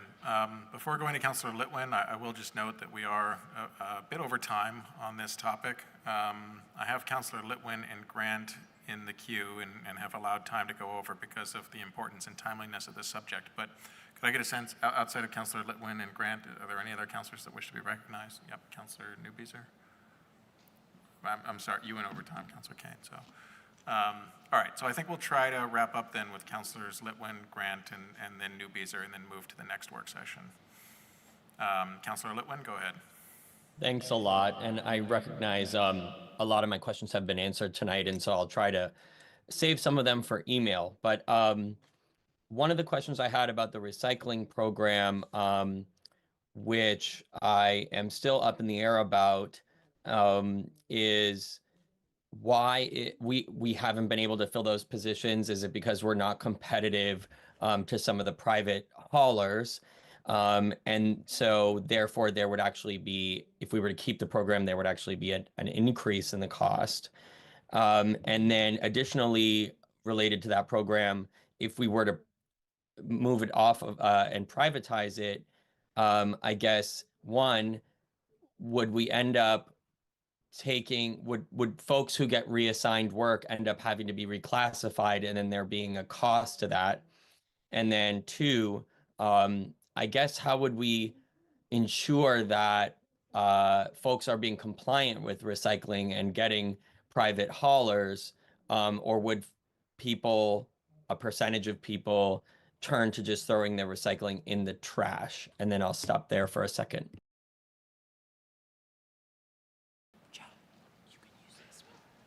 Thank you, Councilor Litwin. To the question of why the positions are hard to fill, we did reclassify the positions. They were originally grade 12. They are now grade 14 positions. That has not meaningfully moved the needle on helping us fill those positions. In some way, it has been helpful to have these positions as they are ladders into other parts of the city. This is hard work, and when given the opportunity, people have chosen to move laterally into other grade 14 positions across the city or other opportunities. To your question about regulation and ensuring that work gets done, state law is that if you collect trash, you need to collect recycling, and we license haulers in the city. So if a hauler does not comply with state or municipal law, then we could take appropriate action. Awesome, thank you. And then the other questions I have, one is, well, really are for the administration. First, I want to say I appreciate everything that Mayor Mulvaney-Stanek just said, especially as it relates to the day-to-day with the federal government. I think that we will all need to come together in an unprecedented way in this budgetary process over the next couple months. So thank you, Mayor and administration. With the cutting of positions that I think we will likely have to do, especially when it's rightfully pointed out that we have grown over 100 positions over the past decade under the previous administration. I guess, how is the administration prepared to determine what work stops and what work gets absorbed by other employees, and then what those reassessments of their positions would look like? And then the second question I have, and then I'll end there for tonight and save the rest of my questions for email, is 89% of that $8 million that was pointed out earlier by CAO Shad was for police and fire. Is that mainly from overtime due to the understaffing we have? I will take the first question in terms of what, I'm paraphrasing, but what work stops, Councilor Litwin. So this is why we're trying to really diligently do the program and service inventory work. When I came into this role about a year ago now, we did not have the time to do that level of assessment and due diligence to understand.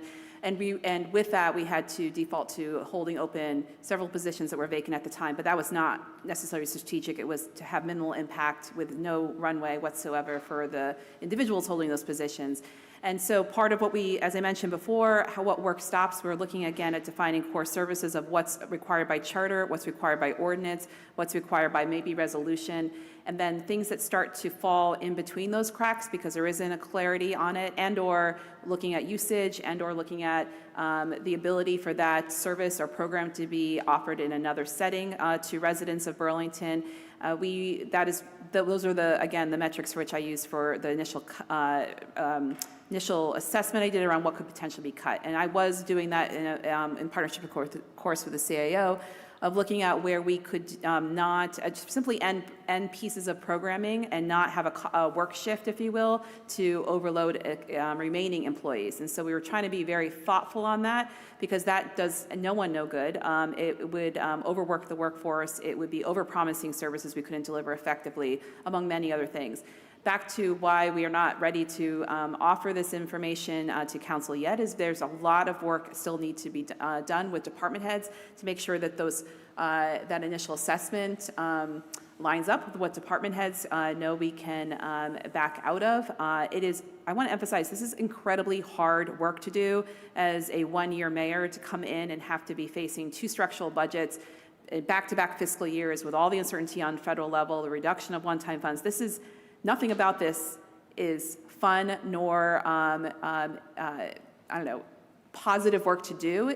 But it is the responsibility of a mayor who knows we need to be putting our city on an affordability trajectory where we have to ask for incredibly important bonds for our infrastructure, and then look at the other side of it, which is making sure we have, if we're looking at tax increases, it's very strategic, and it is not over cost burdening to our residents. So it is incredibly difficult, and I look forward to the council being in partnership. If not that, then what? And definitely, while I have the floor just for a second, we look forward to a lot more robust conversation on recycling and clarification around why this made our initial first pass, and really looking at all the other core services and functions for the city and the public good and the public obligation, if you will, for city government. Do you want to speak to the other question, Catherine? Yes. The overtime does not make up a significant portion of the police and fire budget increase. Much more of that driver is just coming from regular salaries and benefits. Okay, thank you. Thank you, Councillor Litwin. We'll move to Councillor Grant and then finish with Councillor Newbeezer. Thank you. First, I want to add that I also understand our fiscal situation is very grave, and I appreciate the work that the mayor and the department heads are doing at this time, especially, as we've mentioned before, the situation at the federal level. I think a lot of people are starting to understand now about how we have a reliance on federal dollars that do move through the city and the state. And at our Public Safety Committee meeting last week, Chief LaChance mentioned that, there was a grant for $100,000 for training, specific training. And there is this nervousness now of, even though this grant has been approved, if we go out and do the training and spend the money, will we still get the grant? So the uncertainty that is occurring is definitely very scary. And having to think about these things, such as something that's so important, which is training of our fire personnel, is definitely grave. I also support the issue that the union had.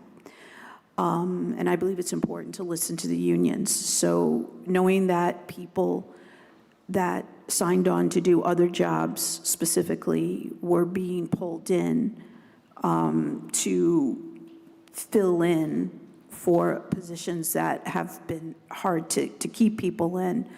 I have a great deal of sympathy for that. That's not okay. But it does tell me that we have positions that we perhaps are not paying enough. So as it was brought up, that we need to be competitive. I don't support getting rid of the recycling project, because I think once it's gone, it's going to be hard to get back. There are many benefits around the city collecting recycling, especially around climate, and we need to think about that. I'm also concerned in my wards where we have a lot of renters. Our landlords don't always communicate in the best way they can with our renters, especially with our student renters. And if there isn't a consistency, if we do privatize it, we've already seen where it's failed with food scraps. They don't come and pick up on the same day for food scraps. I personally experienced that, and it was so inconsistent that I ended up canceling my service. So I know the idea is they should be picking up everything on the same day, but we can't guarantee that that's what they're going to do. And I'm concerned about solid waste that would normally be recycled ending up causing more garbage in our streets. And I think that's a real issue. We already have huge issues around move-out dates, and I think this would create an ongoing issue.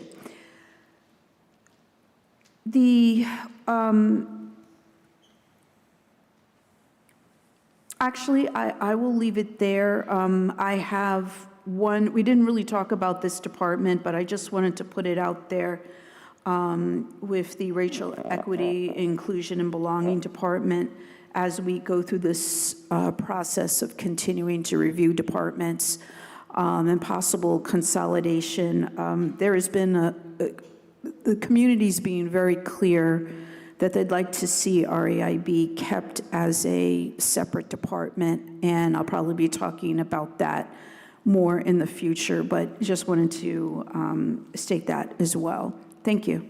Thank you, Councillor Grant. Councillor Newbeezer? Thank you, Council President. First, I just want to thank the mayor and city staff for their work on the ModernGov initiative. This initiative, in my view, is critical to our long-term financial stability, affordability for residents, and maintaining a well-run, transparent municipal government. It is my view that over the last decade, we have seen a city budget that has grown year over year due to factors both in our control, like the roughly 100 full-time equivalent staff growth in the last decade, and some factors outside of our control, like the price gouging, as an example of the UVM Health Network, which has significantly contributed to outrageous healthcare costs for residents and employers alike.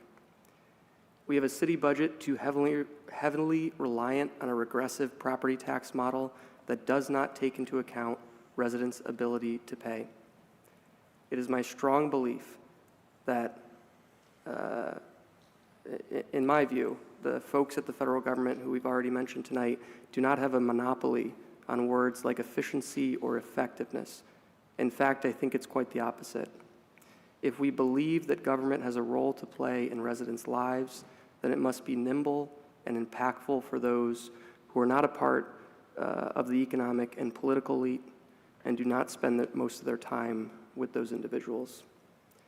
It is essential that we work diligently to deliver quality public services that self-evidently prove that residents are making a good investment. And on the whole, I think we do a very good job of this as a city, and certainly when you look at other communities comparatively. I do feel that the topic tonight that we've discussed the most, recycling, as well as trash and compost, are vital services that the city should provide. We pay quite a bit in property taxes, as many of us know, and while there are issues we need to address, rightly so, and very legitimate issues, both in terms of funding and issues around that the union have talked about in terms of working conditions,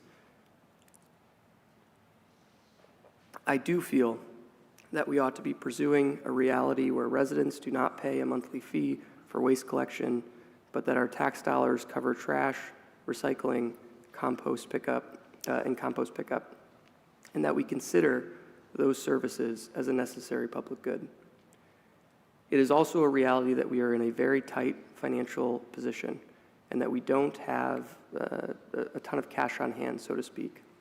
And we have overall taken a large amount of debt on as a community. So for me, one of the things I do need to hear more of, and I know this is a continuing conversation in a work session and that we won't be taking action on tonight, I do need to hear more from residents and help me understand their preference.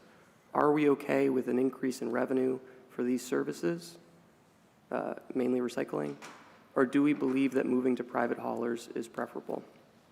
Because that's a real trade-off and a question our community needs to answer. I'll close with 3 final thoughts. 1, if we do move toward private recycling haulers, then I believe we must have a clear and binding mechanism to exert municipal control over the price of collection to protect consumers. I do think that, as discussed a little bit tonight, a zoned model may be that mechanism, and keep the door open in the future to transitioning. That model may allow us to keep the door open to transitioning to a world where residents do not pay that monthly bill for a private entity, to a private entity for recycling, trash, and compost. 2, if we do have an increase in revenue as a city, if we do have to increase revenue as a city, then we must do so in a way that puts the burden on those who can most afford to pay. I'm very grateful and continue to be grateful that this administration is pursuing that work from day one through the Tax Fairness Working Group. And finally, 3, I just want to thank again the administration for their continued work to stabilize a very, very sizable, structural, and inherited budget gaps. These gaps are difficult problems to address, and unfortunately, particularly with what's going on federally, they will be painful problems to address. Thank you. Thank you, Councilor Newbeezer. If I may take just a minute here on the item, I will tell you that since it's sort of gotten out there among the public that there may be changes with respect to recycling services, I've heard from a number of constituents expressing questions and concerns around that. And let me say that I think it's that you, Director Spencer, and you, Director Perry, and your staff are due a lot of credit for that, because people like their City of Burlington recycling services. They like the new totes that they bought that go out to the street here. And it's not a service that they are interested in losing at this point in time. And so to echo some comments that were just made there by Councilor Newbeezer, I think that if the city is intending and heading in that direction, then I do think the public is going to have a really clear picture about what that means for them. Not just in terms of cost savings, but also in terms of what it's going to mean for me individually about my recycling service. And is it going to be up to par with the great service that I've come to expect from the city? CAO Shad, I had just a couple clarifying questions for you, which is, as we look to some of the savings to be realized out of the ModernGov initiative, I'm looking at sort of slide 14 of your presentation, you know, $440,000 from DFA consolidation, $330,000 from CEDO business workforce development consolidation. Do those numbers assume that the consolidation and the savings would be realized on day one of FY26, or have we built in any sort of schedule here where you know, it's assuming it would happen halfway through or later into the fiscal year? And you know, if we did not realize DFA consolidation, for example, until halfway through FY26, is that 440,000 number more like 220,000, if that question makes sense? Yes, it does, and that's exactly right. This slide is based on everything coming online on July 1st, full fiscal year of savings. Okay, and then does that also then translate to the proposed budget gap that as we talk about 2.5 million, that it assumes that the savings that were realized earlier in the presentation would all be online on that same date? Correct. Okay, all right. So I want to echo some of the comments that have also been made with respect to the excellent work that's gone into this, and Mayor would like to give you credit for your administration's drive towards finding savings and efficiencies and keeping affordability in mind. I do want to be cautious, though, around indicating to voters that there may be a municipal tax decrease. As I look at this presentation, that's not necessarily the trajectory I see. If our intention is to fill the budget gap, if the savings here are not savings that we're actually going to realize, you know, just a little over 3 months from now, which I think is the case, then my sense is that we are unlikely to be on a trajectory as currently stands for us to realize a municipal tax decrease. And if that is a goal or desire of the council and the administration, I think there's probably going to be some more work to be done, and some more work to be done sooner rather than later. But I do appreciate all the work that's gone into this. I just want us to exercise some caution in relaying to the public that there may be a municipal tax decrease, because that's not necessarily what I personally see here in this presentation. those are my thoughts. I don't know if anyone here has any further thoughts on this. I do know we have another work session on the memorial block, though. Oh, Councilor Carpenter, did you have? Just to clear, we don't have to tonight. I had asked CAO about the debt service and retirement rate, the rate for non-city splinter taxes. And I just want us to have that information because that's part of we keep talking about the structural gap, but we have very little control over that, which creates a gap. So I think that's important. And then just repeating what Councilor Chavez talked about on really detailing the recycling. How much does it cost the city per unit? I don't know. Is that one pickup, one house? Costs X. And if I have to contract for it, what's the going rate? And I think people are going to need that kind of information. And I think in that projection, you ought to add in, if DPW needs more capacity, maybe the gap is not $200,000, maybe it's something more. So if you have your druthers on recycling and it costs $300,000, what's that per unit? And if it costs me, $25 a month to have it picked up, people are going to need that. Thank you. I'm just going to wrap up with one just reflection for folks, because it was certainly educational for me. As the CAO mentioned, we have a lot of splinter tax, and a couple of counselors and I spent some serious quality time diving into 100 years, I'm not even joking, of tax policy for which the city has attempted to do, and then done inconsistently at times. We've really tried to untangle a lot of thorniness within those dozen plus splinter tax for which make up someone's local municipal tax bill. And so partly why, and I appreciate the caution, but partly why I want to make sure we take the time to provide you even more information on those taxes is that those splinter taxes are very restrictive, meaning they are splinters because they can only go to fund certain portions of the functions of city government. So this is what we are in the throes of right now, is while we talk about there being at the sort of when you total all up a potential decrease, it is because of changes in splinter tax. It's not due to the general, what most of we think about as our general fund operating budget. So we're trying to be very responsible and transparent in this, but there's a lot of restrictions that don't make this a very simple and easy thing to do.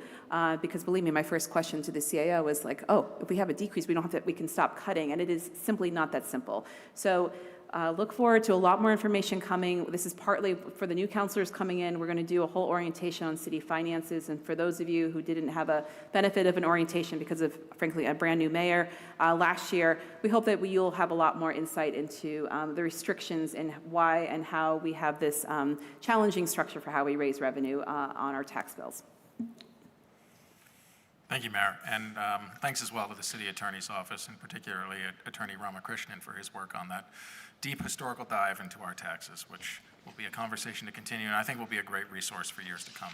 And thanks as well to you all for being here. So we would turn now to work session item 2.3, which is a memorial block update.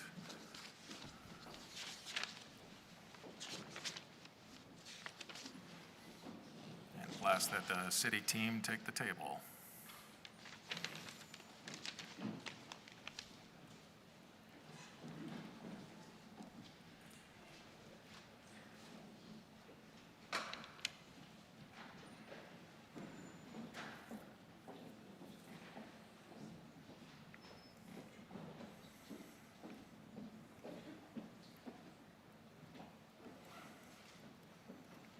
All right, Cara, will you be kicking us off here, or?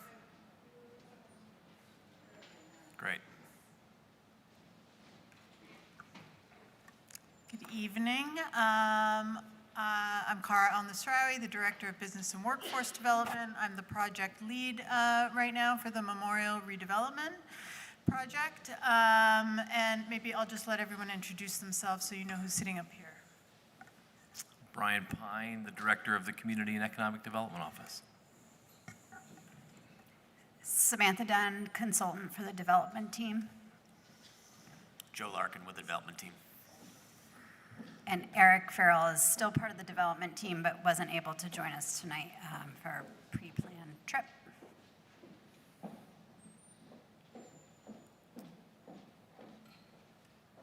Okay, so let me get my tech in order here. All right, there we have the memorial block. This update tonight is to let everyone know the status and the progress we've made on the goals that were outlined in the pre-development agreement. I'll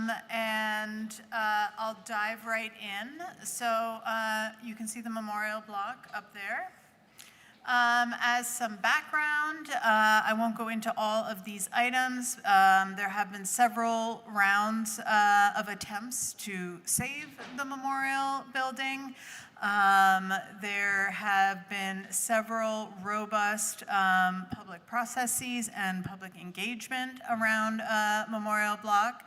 And in March of 2024, Council unanimously voted to sign a pre-development agreement with the developers Eric Farrell and Joe Larkin. You can see the parcels here. The privately held land is in red. The redevelopment area is in dotted blue. And then you can also see, that's obviously Fletcher Free Library and the church. Okay.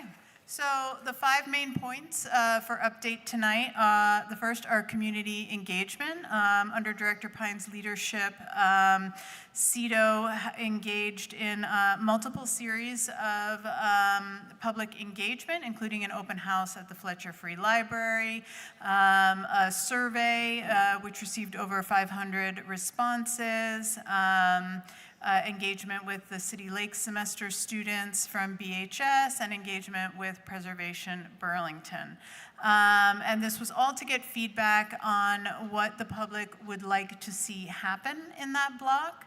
And the results showed a strong preference for a shared public space that is flexible and free to use. So similar to what we had back in the day with Memorial Auditorium when it was open.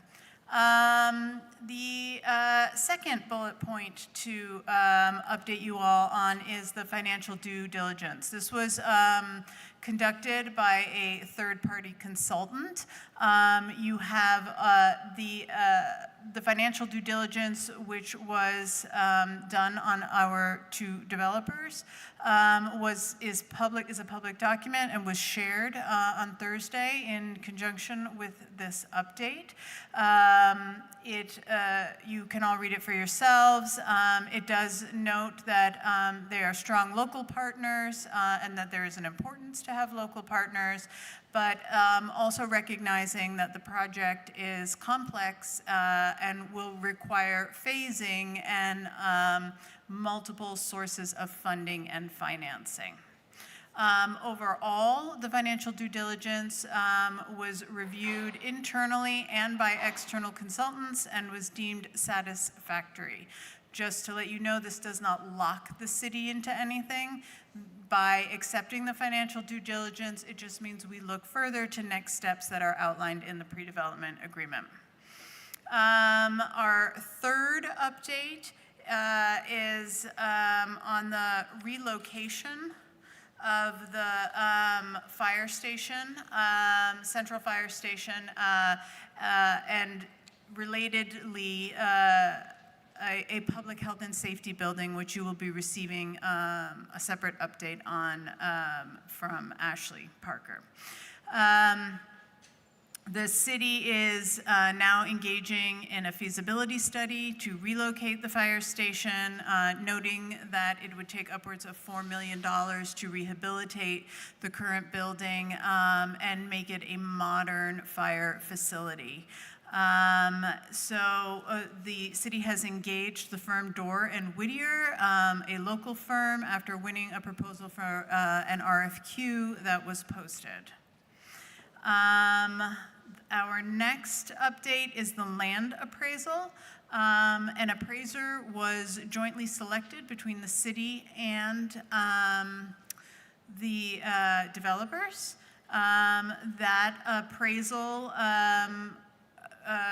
is also attached to this work session update. The development parcel was valued at approximately $10.8 million. This is obviously subject to change depending on the use, depending on the number of units of housing or the size of, for example, the civic space that will be built. Did I get my last? And land appraisal and the last update is that the city, as well as the developers, recognizing the complexity and the phasing that will be necessary for this project, have moved forward to try to identify various funding sources that are listed in my memo. We've also engaged technical assistance hours with HUD to help give us guidance and examples of how other municipalities have been able to fund these public-private partnerships. The next steps. Is a conceptual design vision and program that will be coming from the developers.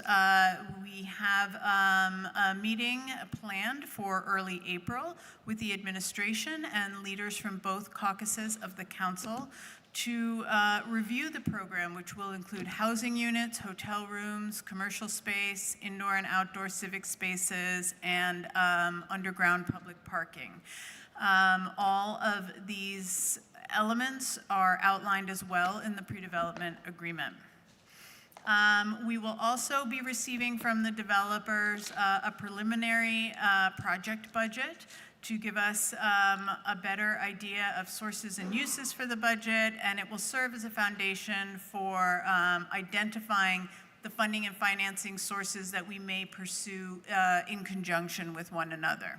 So writing letters of support, for example, there are certain types of funding and financing that the developers would go after, and the city would provide a letter of support. There are certain elements of funding that are only available to municipalities to pursue.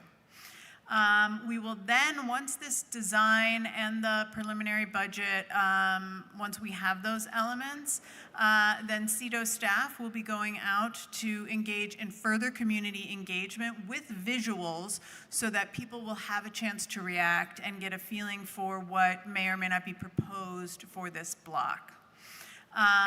During this time, our capital manager, Ashley Parker, will be moving forward with phase 1, which is site feasibility, concept design, and community engagement around the public health and safety building. So those will sort of be running parallel to one another. And then as a final update, should both parties decide to move forward with one another, we would then come to council to discuss an interim development agreement.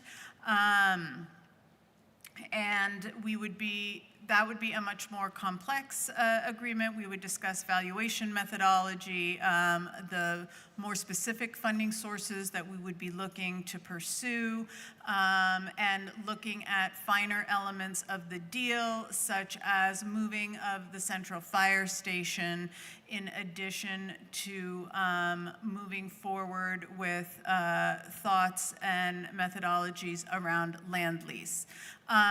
Before taking questions, I do want to address some comments that came up in public forum. The city staff is absolutely pursuing that what is outlined in the pre-development agreement, which does not involve a sale of any public land to private ownerships. The way this deal is outlined in the pre-development agreement is, if I could go back and take you to these outlined red rectangles, those are currently privately held. The deal is structured in such a way right now with the pre-development agreement that the private developers would purchase that privately held land. They would deed that land back to the city of Burlington.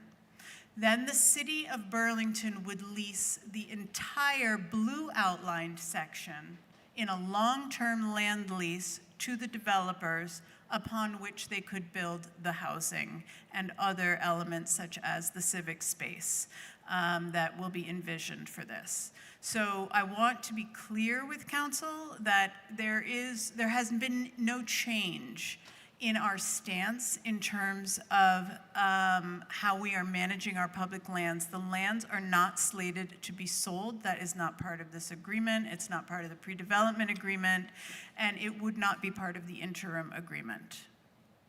And I think we're ready to take questions. Thank you very much. Do any councilors want to get in the queue on this item?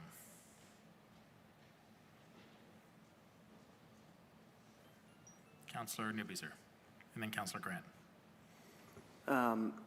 No questions. I appreciate you presenting this and providing clarity for the public on a number of items. I think there's a lot to dive into, that there's more homework that I need to do and due diligence I need to do.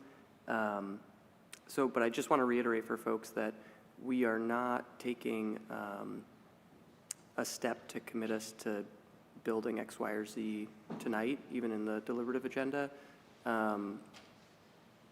What we are doing is like having a discussion about, we're having a work session, so it's informational. And then, I just wanted to reiterate the fact that I'll just say for myself, I will never, unless absolutely necessary, support selling off public assets, public land. I value it very highly, and I don't have any indication that this is the kind of tact that you all are pursuing. I do think it would be helpful in terms of what you just explained with the long-term lease, and not to put you on the spot, so it's fine if you say no, because I didn't email this in advance, but just explaining to the public, like, what is the benefit? What do we get out of it in terms of the structure, and what does the private partner get out of that structure? Yeah, sure. I can attempt to speak to that. So from the city's perspective, we retain our city lands, which is what I think we value here. But we don't have the capacity to be building housing, but we know we have a housing shortage. We also don't have the financial capacity to be building a publicly available auditorium. But by leasing this land to the developers, they can then invest their funds to build these pieces that would be beneficial to our community and that we are not in a position to be funding ourselves. So these public-private partnerships are really supposed to be designed to be a win-win. I know that one has to be careful around agreements of this type. They're complex, and we take slow steps. I do want to reiterate what you said, Councilor Newbeeser, which is that we are not getting any. This is an update just to let you know what we've been working on, to let you and to share all the documents that have been collected and the analyses that have been done, and just to make sure everyone knows that we're still on track for the pre-development agreement, but we're not taking any further or definitive steps at this time. And one last quick question, or ask of you, if someone's looking, we're saying that in terms of this is informational, we're not taking action. If someone's looking at the deliberative agenda, it might be confusing. So I just, if you're able and willing to just sort of clarify what the deliberative agenda item is as it relates to this. To the public safety and the fire station, sure, absolutely. So the central fire station is a beautiful building. It is an antique, and it is not properly weatherized. It is not a modern fire safety facility. It does have historical value. In order for the developers to have the opportunity to properly utilize this land, it would be best if we could move our fire operations off of the land. But before we can offer that to them, we need to look into the feasibility of doing that. In addition, as you all know, 1 North Ave, the police station, is also in a state of disrepair. So we have this opportunity where we have 2 buildings that have fallen into disrepair, an opportunity to build more housing and civic space. And then it begs the question, well, what do we do with these 2 decrepit buildings that are being utilized right now for very important functions and need to be modernized? So the further deliberative item is related to us moving forward to see what it would take to move fire off of this block so that the block could be properly redeveloped. Fire Station 1 will not be knocked down. It is historically of significance, so it will remain, but it could be rehabbed for a lot of other lovely purposes, including public use. Thank you. Thank you, Councilor Newbeeser. Councilor Grant? Thank you. So I'm in this space, right? I'm Central District City Councilor. So of course I care about what's going on here, right? We got to do something. We all know we got to do something. Some of the questions that have come up are valid. We heard from a community member earlier, and you've been receiving the emails. Those are valid. And one of the reasons these are coming up the way that they are is because communication in the past hasn't been what it needs to be, and it also has not been timely in terms of what was promised. So I appreciate this discussion tonight. I appreciate the update. I agree with my fellow counselor that, yeah, there's some more stuff that I definitely want to look at and dig in. But when we make a promise to come back at a certain time, and then we're months past that time, that's not okay. And even if we don't have an update, then we have to say, yeah, we're back at the time we promised to be, and we don't have an update, and this is why.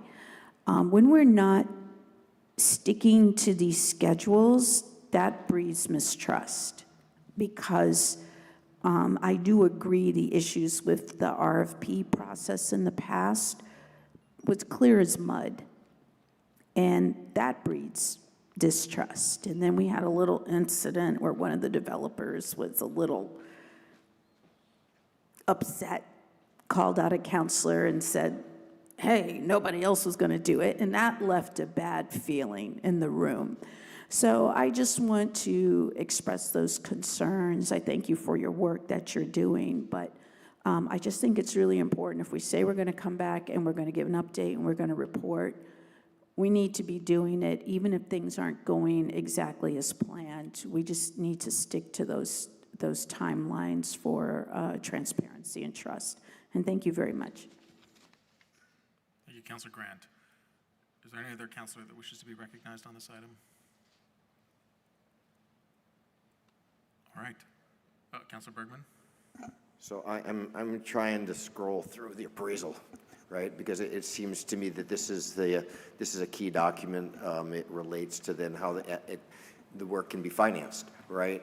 And so I haven't quite gotten to it. What page did I get to? I don't know. It's like, only 50 on it. But the public spaces, so far, I'm not seeing there being anything referenced in the appraisal to the valuation as it relates to that. And it doesn't necessarily cause me a problem, but I could see how people could say, well, wait a minute, this is just going to be a straight economic deal. It's all going to be, what things are built for sale, what things are going to be built for rent, and all of this, the public things that are part of the what the public engagement but people want that are in the pre-development agreement and people are agreeing to, are not part of it. So it would be helpful to get an understanding of the relationship between the appraisal and those, if I haven't gotten to the page, because like I said, I only got to page 50, then it would, that would be good, so we can see that. And I think, just to be clear, you have reiterated that there is no sale of private land contemplated by the fee simple appraisal that they're doing. It would be sort of helpful to hear, maybe there is a caveat that an appraiser has to make in terms of, is there a clear statement in the appraisal that would indicate that a long-term lease has no bearing on the fair market value that's happening? How does that all get factored in? Sure. Those are two things. Let me try and answer some of that, and then I'll ask our development partners to fill in the blanks. Excuse me. So I tried to distill what was in the 68-page appraisal document. At the end of page 3 of my memo and the beginning of page 4, I do outline that what is termed commercial valued space is also the same number that is the value for civic space. So commercial relates to civic as well, and so that unit of value you'll see on the bottom of page 3. And in terms of the valuation process and the parameters that were given to Cushman and Wakefield, I'll let the developers jump in on that. Sure. Thanks, Cara. And I think Director Pine can also jump in. He was part of these conversations before Cara was part of the team, but we did work with the appraiser to come up with a set of parameters for valuing the land that we thought, both parties thought made the most sense. So the fee simple is the highest value that you're going to see for the land, and that's the value that we wanted to understand, the highest value for the city's land. We did not ask the appraiser to take into account something like a 99-year lease that would decrease the value of the land, and that's not information we were looking to get out of the appraisal. Is just one tool in the valuation process. In terms of the civic space, because we're going to be working, the development team and the city team will be working closely together to determine what the civic space is, along with the public and with lots of public engagement. We don't have a specific square footage of civic space that the appraiser used, and when we spoke with them to try and say we have civic space as part of the program, there's not a clear valuation process for civic space. So the most straightforward was to keep all of that space commercial, and again, it creates the highest value for the city land, which is the one that we wanted to determine. I know Brian is going to do that, but it would be helpful to hear from somebody why it is important that you get the highest value at this stage, and then also knowing that the long-term lease, of which we are committed to doing and which I am committed to maintaining, is going to be part of that. You gotta now then bring us down the road into the future, and when that then becomes important, how does it all play out? The same thing is true then with the valuation of the civic space. Thank you. So the long-term lease, the ground lease, is something that the city has negotiated before. I've been involved in some of those. City Market was on leased land for quite a while. The methodology has to start with something. So what it starts with is, what's the fair market value of the land? And that's ultimately why this exercise started with a fair market appraisal. You then use a term called the capitalization rate, which is really what in the market someone who's investing in that type of asset is expecting to get for a return. What's like a market rate return? That gives you what the ground lease payment parameters could be. It doesn't mean you're going to land on the exact number, but that's really, you have to start with a basis, and that's that basis. Thank you, Councilor Berg. Councilor Okay, Bergman. yeah, well, I'll just say that we will need to have more explanation in language which is clear to non-business people about the impact of all of this and how it will get rolled out with numbers going forward, because we will. Thank you, Councilor Bergman. Brian, Cara, thank you very much for your time. Oh, Councilor Carpenter. Just one quick, if you could, building on Councilor Bergman, from my perspective, and I think you mentioned it, actually, land leases tend to devalue. The city's going to want the highest value. But for the public, I think it'd be an interesting exercise as you proceed to offer those comparatives. You know, if this were actually fee simple transaction, they told us it's $11 million, you know, and the developer or the RFP commits to a lease, but there actually is a differential, which is may or may not be to the city's value. So we just might want to discuss that, because I think people confuse those concepts. Thank you, Councilor Carpenter. Was there any other councilor that wished to get in the queue on this item? Okay. Well, thank you, Brian and Cara, to you and your teams for your great work on this. Samantha, welcome back to City Hall here. It's really great to know that you're still on this project. Gives me a lot of faith in it. Joe and Eric, well, please pass along to Eric. Thanks for your continued involvement in this project. I will admit to some skepticism when we first jumped into this, that you were going to get into these buildings and say it's impossible, right? So the fact that we are here right now is a testament to these possibilities and a testament to your all's commitment to this project and to our community. So thank you very much, and we're excited to hear more about next steps. Great. All right, that is the end of our work sessions. I mentioned that we would turn to our local control commission meeting now, and then our local cannabis control commission. And so to that end, I will briefly recess the city council meeting at 9:06 p.m. and begin our local control commission meeting at 9:06 p.m. And the first item on the agenda for the local control commission is a motion to adopt our agenda. So moved. Thank you, Commissioner McKnight. Is there a second? Thank you, Commissioner Shannon. All in favor, please say aye. Aye. Aye. Any opposed? We have our agenda.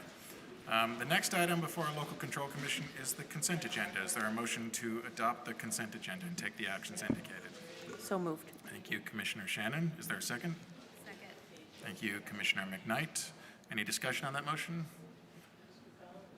Seeing none, all in favor, please say aye. Aye. Aye. Any opposed? That carries unanimously. We have a number of deliberative items on the agenda. Commissioner Shannon, as chair of our license committee, I would turn to you to please read us through the motions. Move to approve the 2025-2026 first and second class liquor license applications for Bar Renee at 202 Main Street with all standard conditions. Thank you. Is there a second to that motion? Second. Thank you, Commissioner Grant. Any discussion? We will then go to a vote. All in favor, say aye. Aye. Aye. Any opposed? That carries unanimously. On item 3.2, Commissioner Shannon. Move to approve the 2025-2026 second-class liquor license application for JRY Burlington Store Corporation, doing business as The Shopping Bag at 166 North Street, with all standard conditions. Thank you. Is there a second? Second. Thank you, Commissioner Grant. Any discussion? Seeing none, we'll go to a vote. All in favor, say aye. Aye. Aye. Any opposed? That carries unanimously. Item 3.3. Move to approve the 2025-2026 first and second class liquor license applications for Wilder Wines Wine Bar, 210 College Street, with all standard conditions. Thank you. Is there a second? Second. Thank you, Commissioner McKnight. Any discussion? We will then go to a vote. All in favor, say aye. Aye. Aye. Any opposed? That carries unanimously. Item 3.4. Move to approve the 2025-2026 first and third class liquor license applications for Cappadocia Bistro, 92 Church Street, with all standard conditions. Thank you. Is there a second? Second. Thank you, Commissioner Grant. Any discussion? We'll go to a vote. All in favor, say aye. Aye. Any opposed? That carries unanimously. And now item 3.5. Move to approve the 2025-2026 outside consumption permit application for Cappadocia Bistro, 92 Church Street, with the following condition: Church Street Marketplace Commission approval. Thank you. Is there a second? Second. Second. Thank you, Commissioner McKnight. Any discussion? We'll go to a vote. All in favor, say aye. Aye. Any opposed? That carries unanimously.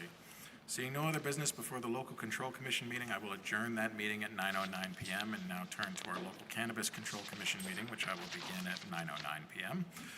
First item on our agenda is the Local Cannabis Control Commission is our agenda. Is there a motion to adopt the agenda? Move to adopt the agenda. Thank you, Commissioner Shannon. Is there a second? Second. Thank you, Commissioner Grant. All in favor, please say aye. Aye. Any opposed? We unanimously have our agenda. The only item on the agenda is the consent agenda. Commissioner Shannon, may I turn to you for a motion on the consent agenda? Move to adopt the consent agenda and take the actions indicated. Is there a second? Second. Thank you, Commissioner Broderick. Any discussion on that motion? Seeing none, we'll go to a vote. All in favor, please say aye. Aye. Aye. Any opposed? That carries unanimously. Thank you, Commissioner Shannon, for your service on the License Committee as the chair and for your work on the motions here, in tandem usually with Commissioner Grant. So with that, and seeing no other business before the Local Cannabis Control Commission, we will adjourn that meeting at 9:10 p.m. and now resume our meeting as the City Council. My goal here is to end the meeting at 10:30 and not go beyond. So I think in order to do that, we need to get to our deliberative agenda within the next 20 to 30 minutes. So that is my hope and desire here is around 9:30, 9:40, we're starting our deliberative agenda. And then we fit that in between then and 10:30. But we now turn to item 4, Mayor, General City Affairs. And Mayor, the floor is yours if you have any General City Affairs. Thank you very much.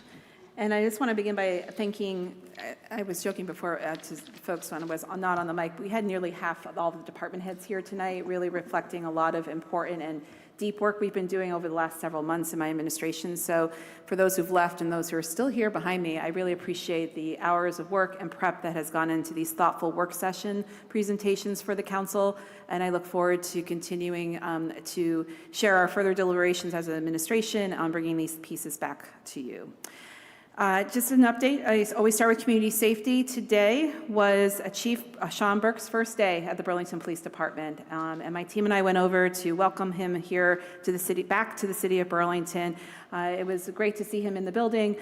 He's received a warm welcome from the Burlington Police Department command team, including outgoing Chief John Murad, which I'm very grateful for. We are looking forward to a strong transition and him getting up to speed quickly here as he catches up with what he's missed here in Burlington, and we get hard to work with the internal rebuilding of the department. I also want to take this moment to thank outgoing Chief John Murad for his 7 years of service to the city of Burlington. I said this in private spaces with him and department heads, but I just want to again reiterate in a public space, it is no small feat or no small task to be a chief of police, especially in these times. It's incredibly hard work, and I really appreciate his dedication to the city of Burlington. We wish him well, and we really appreciate, again, him and his family, because it's truly, much like being mayor, your entire family supports you doing these big jobs for public service. And Burlington has certainly faced a number of growing complex challenges related to community safety. So I really thank Chief Murad for his leadership and his efforts here on behalf of the city of Burlington. Moving forward, so last week I held my monthly press briefing on community safety. We discussed 2 important issues, the Overdose Prevention Center in terms of more details as we roll out the continued implementation. I want to let the council know that we are proposing another work session, because there's lots to educate you on and to catch you up on for your first deliberative meeting in April 14th, on where we are with the Overdose Prevention Center and the proposal for which we're working with the Vermonters for criminal justice reform. And hopefully, if that goes well and it's straightforward to you, we will hopefully ask for a vote on April 28th. These are all required steps under the enabling law for the state of Vermont to keep us moving towards engaging the state of Vermont for the grant funding and continue to move forward with our partner, which I mentioned we've selected at the last council meeting. So look for that on April 14th.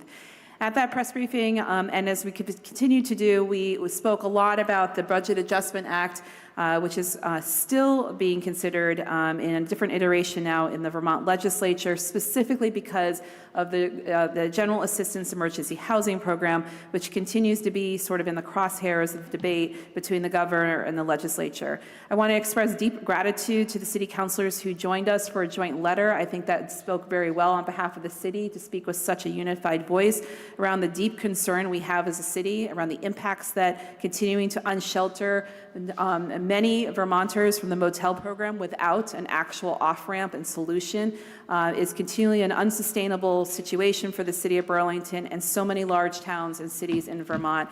I really want to, I say this in every time I have a mic right now, but I want to compel the governor to please agree to this Budget Adjustment Act. The legislature has really, it's been said, and I think in public comments even here tonight, offered so many compromises at this point that this is a particularly critical one for us to get through June 30th to give the legislature and the governor more time to actually come up with a policy solution that works.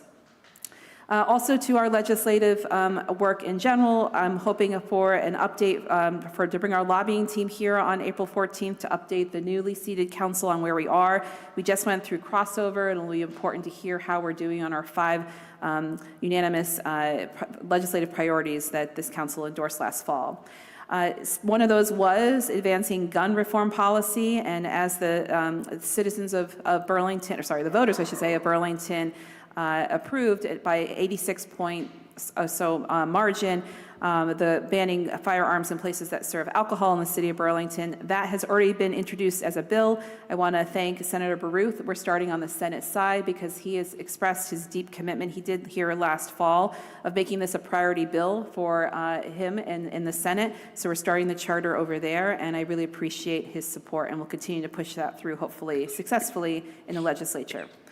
A few community updates. Last night I was able to join the Islamic Society of Vermont to observe Ramadan, and it was they are so generous, and I encourage other folks in the community here who would like to engage that community and to learn. If you're not familiar, it's a wonderful opportunity to meet many Burlingtonians and folks in the general region. It's a very large and growing community and part of our faith communities here in Vermont, and it was a really lovely evening. My chief of staff joined me. This morning, I don't even remember the morning because these days are so long when you have a council meeting, but I began this morning with the Lake Champlain Chamber at their legislative breakfast at the airport, believe it or not, because we now have security measures for which allow events to take place in the terminal. So we had I offered opening remarks to the chamber this morning, and these last month or so, it's been a lot of points of engagement for our business community here. I spoke to commercial real estate professionals. I've held stakeholder meetings with business and property owners and small groups to hear the impacts of what's happening in our downtown and region and community and economy. I've had a meeting with on Great Streets Main Streets around the impacts on the Main Street businesses, and we'll have another one this Friday to talk about how we continue to listen to their concerns and adapt where we can on this ongoing project to the right of the building here. And it's important for me, among many other stakeholder groups, to make sure there's an opportunity to hear firsthand from folks in our community. Speaking of, I've also been continuing to engage our faith leaders. I'll have a third meeting with our folks who, I think at this point we've had almost all faith leaders, and there's lots of denominations in this area in the city, to continue to develop those relationships, hearing what they're doing in supporting folks who are really vulnerable in our communities, the impacts on their congregations, hearing their priorities, including their needs as important parts of our community. And also, next week, I'll be meeting with our Trusted Community Voices liaisons. This is an important part of our work for community outreach through CEDO, and I haven't actually had a chance to meet with these folks yet since being mayor, and I can see this as a really important piece to make sure we're fully utilizing them here in the city as we do community engagement, especially in our immigrant and refugee community, parts of our community as city government. In terms of a few quick administration updates, we are completing our Department Head 360 reviews, and those will be wrapping up in mid-April. As I said before, when we started this in December or so, all of this information, including other data points, will go into informing my reappointment process this year, and I appreciate department heads. Again, a new process for folks going through that, and everyone who's been part of the peer review part of that process. We also held an affordability program meeting for our two utilities, water and electric. This is in part, now that we've had successful passage of our water and lake bonds, as well as back in November, an electric bond. This is an important commitment to the community to continue to look at how do we make sure these affordable programs are taken up by residents and ratepayers, how we continue to make consistency across the two, and look for ways to expand that in ways that folks can access that with different income levels, and continue to learn from other communities who are ahead of us in terms of making sure their programs are accessible to more parts of the community. And then finally, on climate, as two counselors here will know, this week we start our climate advisory team work. I'm very excited about this work. I've spoken to it a few times. I want to in particular appreciate Grace Odell, who's a New North End resident, and Jen Green, who works for Burlington Electric Department, who will co-facilitate this space and guide folks through, with, of course, engagement from our office to hopefully a really strong set of recommendations by June or so on climate policy.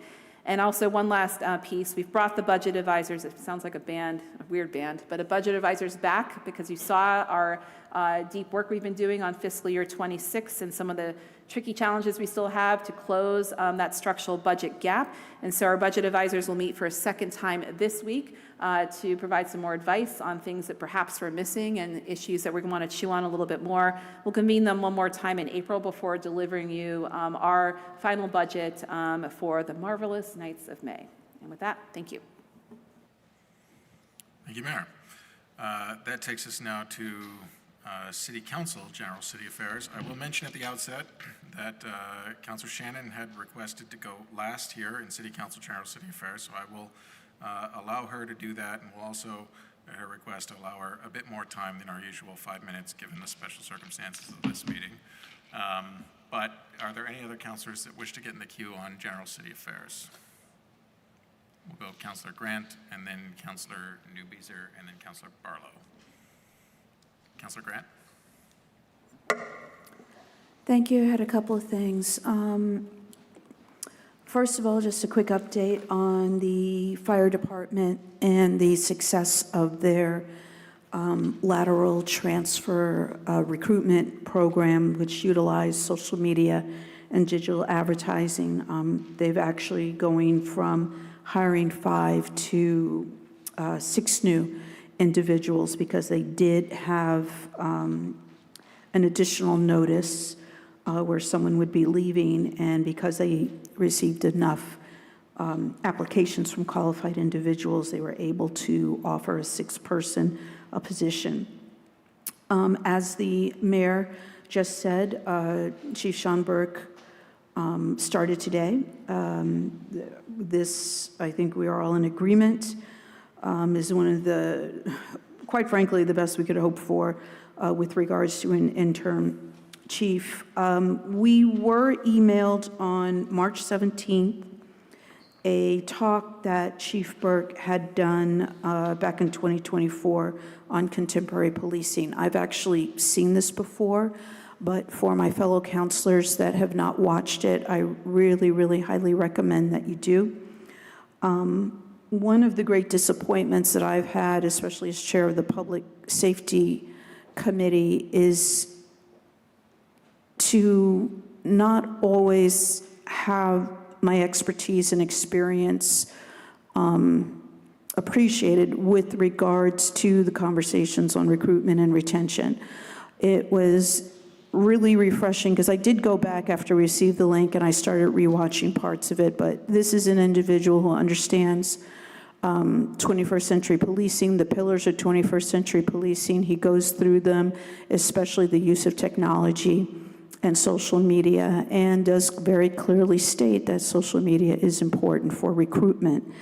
And I'm hoping that you all can make the time to watch that. I also wanted to say with regards to the REIB department, they have announced that the Empowerment Fund is open for applications. This is a grant designed to provide direct support to BIPOC individuals, small businesses in Burlington, and organizations based in Burlington that are working to create positive change in our community. The grants offer up to $2,000 to support projects that promote economic growth, community engagement, and innovations. The deadline will be April 3rd, and that is coming right up. In order to access the Empowerment Fund website, you would go to the City of Burlington's website, and then in the area where it says departments up at the top, you would hover over that and then select Racial Equity, Inclusion, and Belonging, REIB, and then look on the left, there's different options, and there will be a link for the Empowerment Fund. And you just click on that and you have all the information that you need to apply. Thank you. Thank you very much, Councilor Grant. Councilor Newbeeser?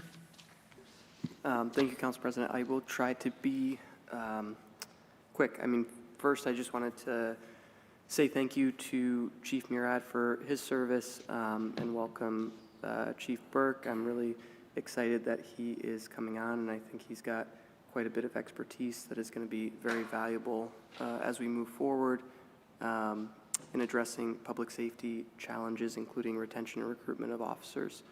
I also wanted to just say congratulations and wish my colleague well, who has served the city starting when I was 5 or 6. And certainly, as long as I've been in Burlington, you've obviously been on this council. And so I have a deep respect for that service. I know we haven't agreed on every issue, but I think a lot of the public comments spoke much better to it than I will.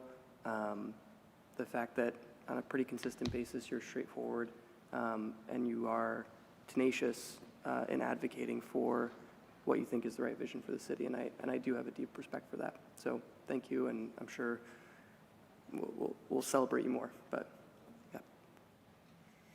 Thank you, Councilor Newbeeser. Councilor Barlow? Thank you, President Travers. I had a couple of things. On behalf of the entire council, I'd like to acknowledge the state championship won by both our BHS boys and girls basketball teams this month. I was lucky enough to have been at both games, and I can attest to the fact that they were very thrilling. On our consent agenda are 2 resolutions congratulating the teams with sponsorship from the entire council. A celebration is planned by the Burlington School Board at the start of their meeting, which will be held on April 1st at 6 p.m. at the Hunt Middle School. And upon passing these resolutions tonight, they will be communicated to the school board for inclusion at their meeting. I'll be out of town, but I know President Travers is intending on being there, and I'm hoping other councilors might want to join that as well. Also, I'd like to add my voice to those who have thanked Councilor Shannon for her years of service to Burlington. She's someone who I have become friendly with, and I consider a close colleague here on the council during my 4 years of service, and I will miss having her at the table with us. But I wish her and Ken, who's still here with us tonight, the very best as they start this new chapter of their lives. Thank you. Thank you, Councilor Barlow. Is there any other counselor for General City Affairs? Then Councilor Shannon, we'll turn to you. Thank you, President Travers. First, I want to thank the Ward 5 and South District voters who gave me the privilege of serving this community for 22 years. It truly is a privilege to have a seat at this table. I wasn't expecting this so soon in this speech. It is a privilege to have the trust of our community to make decisions on their behalf.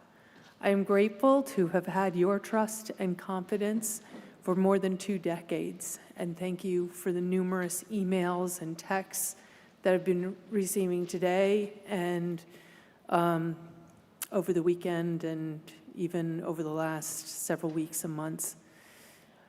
During my tenure on the City Council, I am most proud of the work that I was able to accomplish with the collaboration of my colleagues and city staff to change Pine Street zoning, allowing the creativity and vibrancy we have today, the creation of the South End Arts District, banning smoking in Burlington, which led the way for the state to follow, and creating and participating in the Burlington Telecom Blue Ribbon Committee, which provided the needed guidance to get us out of the financial crisis. Most of all, I am proud to have asked David Provo and Pat Robbins to serve on that committee, and so grateful that they said yes. Without their leadership, I don't know how our city would have navigated those very troubling times.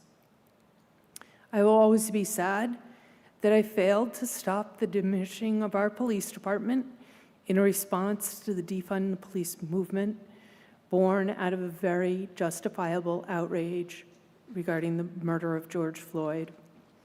The Burlington Police Department has much to be proud of, and I continue to be grateful to the men and women of the department for their professionalism and commitment to keeping our community safe, for their eagerness for training that will help them be better officers, and their willingness to modernize and change. I welcome and celebrate our new interim chief, Sean Burke. Congratulations to you, Mayor, for attracting him, who is restarting his BPD career with us here today. And I thank Chief John Murad for staying with us through the most difficult times, serving our community honorably and passionately, and holding the department together when actions in this chamber tried to pull it apart. Today we face new challenges, including an epidemic of homelessness, drug use, and mental illness. I appreciate Mayor Mulvaney Stanik's approach to try new things, evaluate, and do more of what works.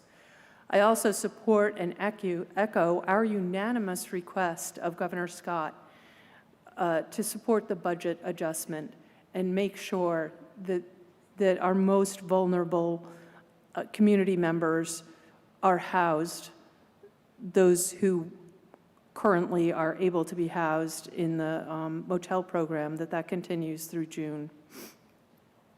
Despite our challenges, there are things about Burlington that no one can take from us.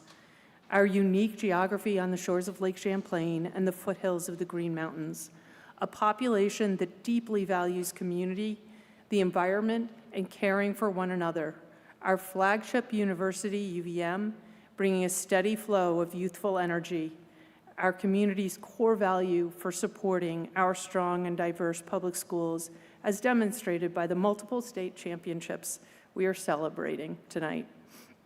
All of these assets, all of you at this table, and those who will soon join you, will contribute to navigating the rough seas we currently face and carefully charting the path forward.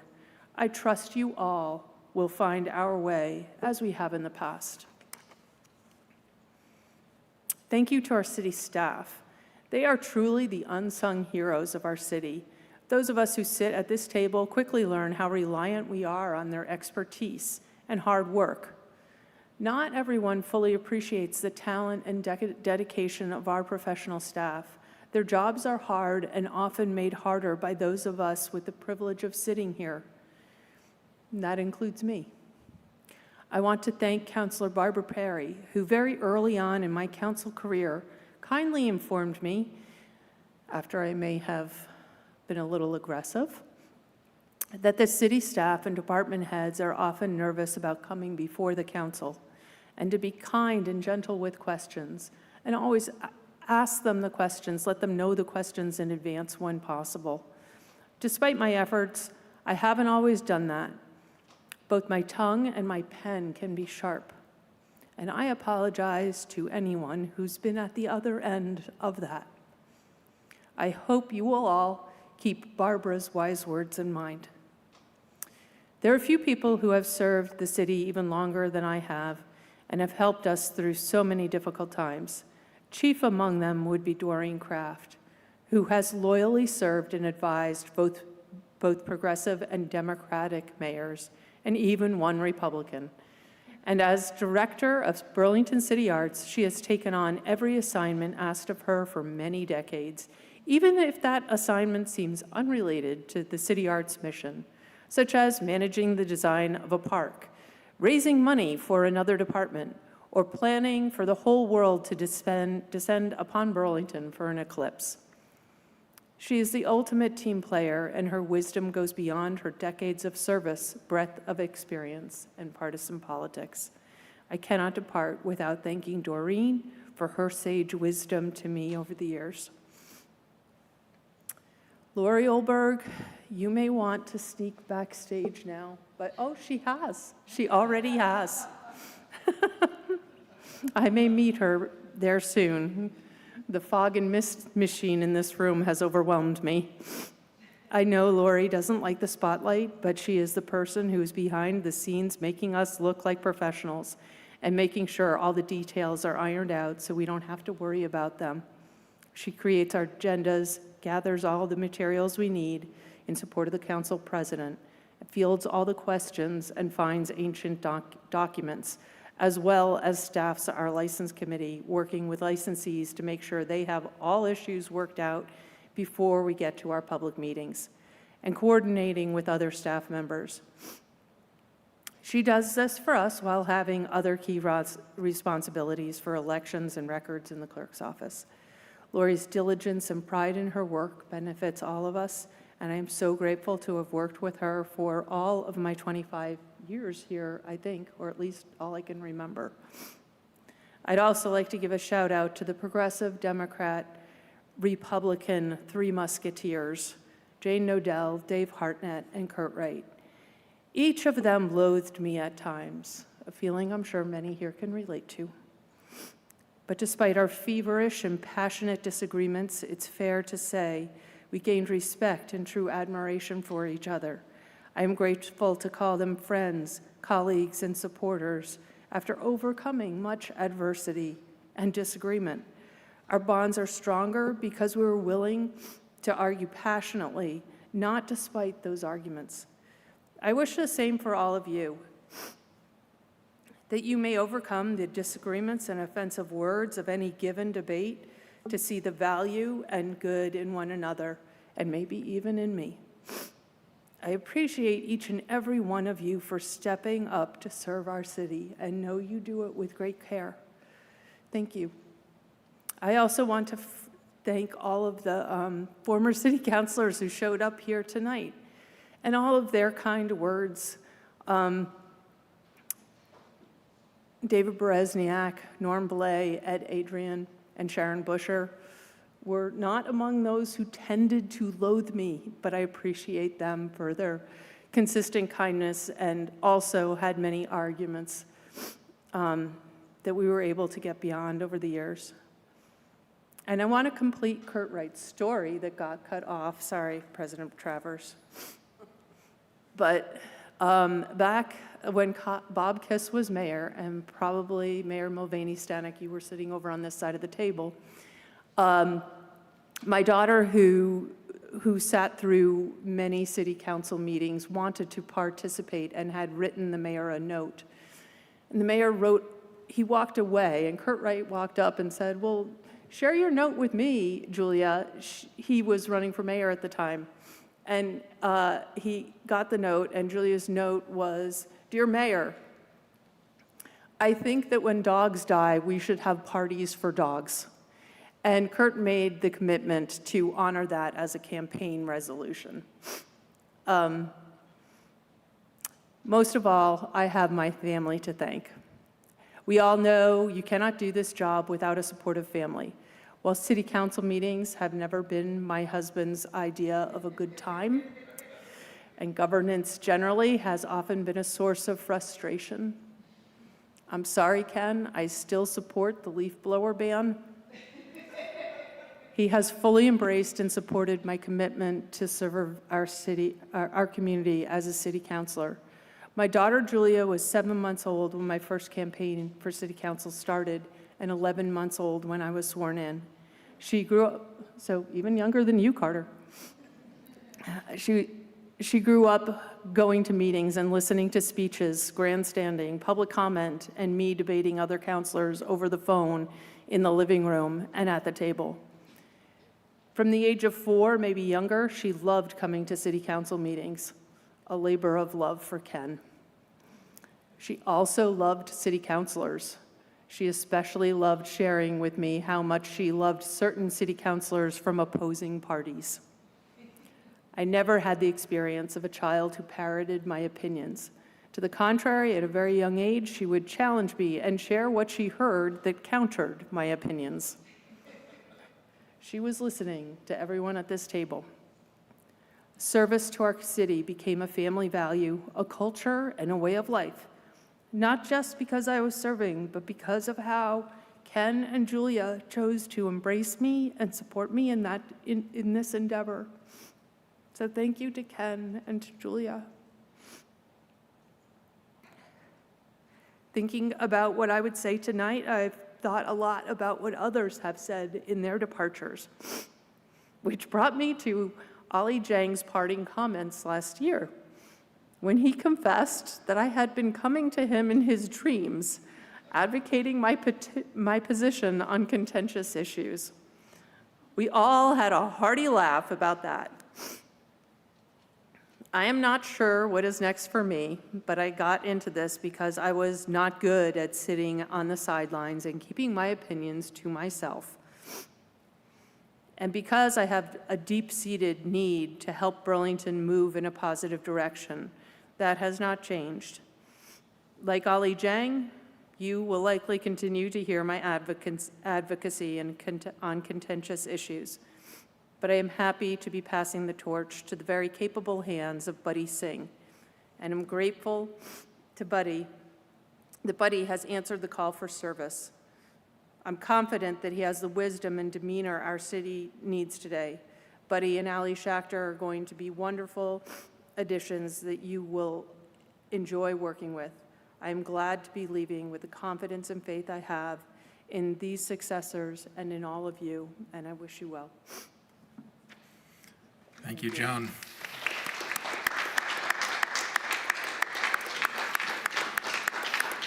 And I believe, Mayor, was Aaron here? Was there a plaque? I'm ready. Okay, you're Well, ready. don't steal Okay, my okay. thunder. I don't want to steal it. I'm just wondering, I feel like the most hearty applause is coming for Joan Yes, here. indeed, So, yes, indeed. so I'll turn the floor to you, Mayor. Thank you very much. Councilor Shannon, we are very honored tonight as the City of Burlington, and I've seen this done many times when I sat on that side of the table, to honor you. And this is a unique plaque for those councilors who are not familiar with it. So it is a unique plaque given to councilors who have also served at some point during their tenure as a council president. You know, whenever you retire, unless you're a council president, it's much smaller, because it is quite the feat to not only serve for the number of years you serve, Councilor Shannon, but to be a council president is a whole other level. And I'm sure Councilor Chavez knows this and knows this so well. It's a very poorly paid position, which in so many ways every legislative body is in the state of Vermont, but it shows your true dedication to the city, to be so willing to put so many years into helping lead the city forward. The South, first within your Ward 5 and then into the South District as our wards and districts evolved over the years. We served together when I was a city councilor from the Old North End. It is clear your loyalty and dedication to the community is strong. I was going to make a joke that there's always fence viewer, Joan, in your retirement, are one of our archaic positions, although some people are very dedicated to it. But we really do appreciate your service.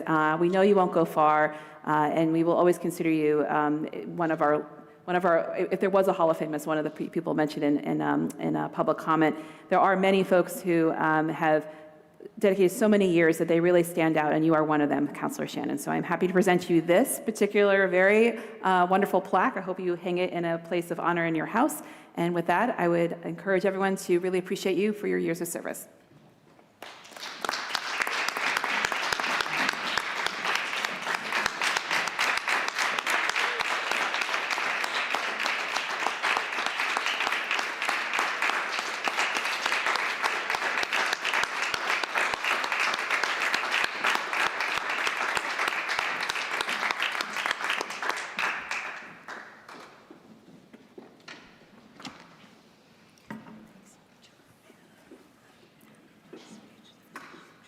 All right. Well, back to our agenda. That takes us now to our consent agenda. I would welcome a motion to adopt the consent agenda as amended and take the actions indicated. Thank you, Councilor Bergman. Is there a second? Second. Seconded by Councilor Barlow. Any discussion on that motion? All in favor of that motion, please say aye. Aye. Aye. Any opposed? That carries unanimously. So it is 9:44 p.m. and we are now at our deliberative agenda. The first item on our agenda is 7.1, tobacco license. Can I get a, well, Councilor Shannon, I would normally turn to you, but I can do that. Okay. So as Chair of the License Committee, could I turn to you for a motion on item 7.1? Wow. Okay, that's easier.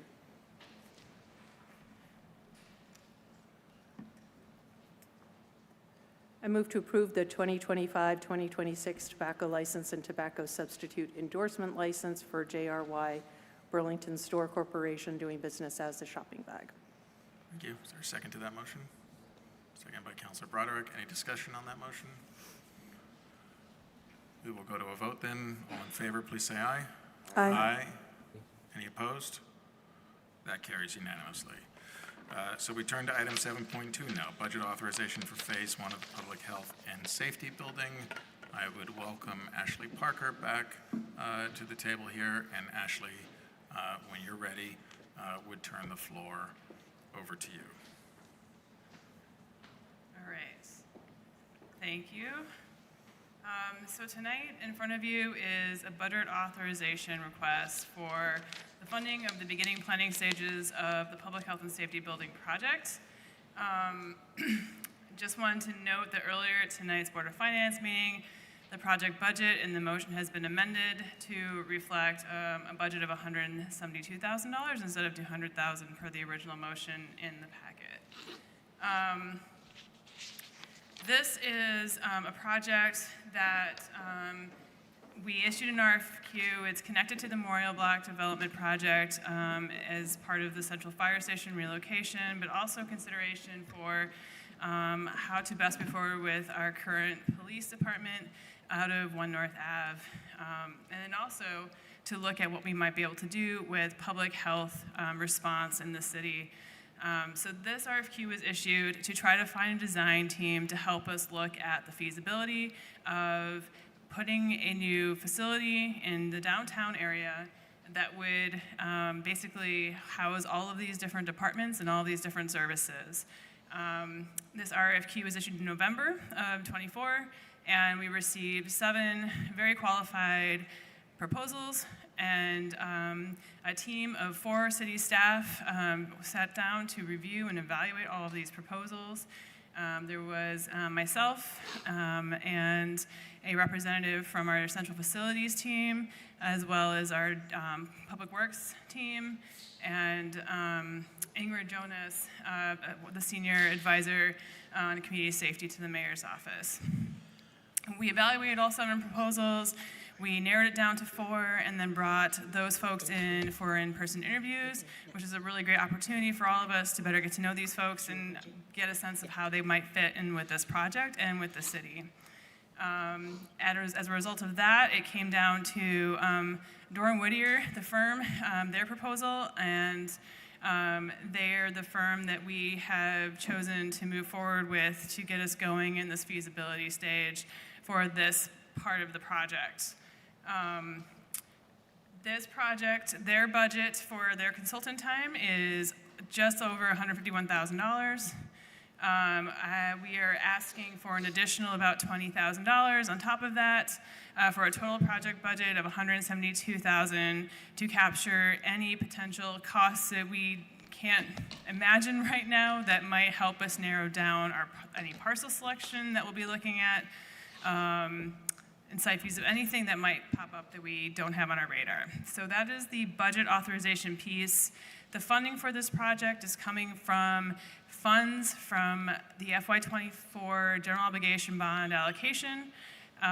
We had not fully allocated all of the bond proceeds that year, so there's some left over to put towards this, which also to note that that year's general obligation bond had funds that went to support improvements at the police department and other facilities throughout the city. And so this would pair really well with how we've used those bond proceeds previously.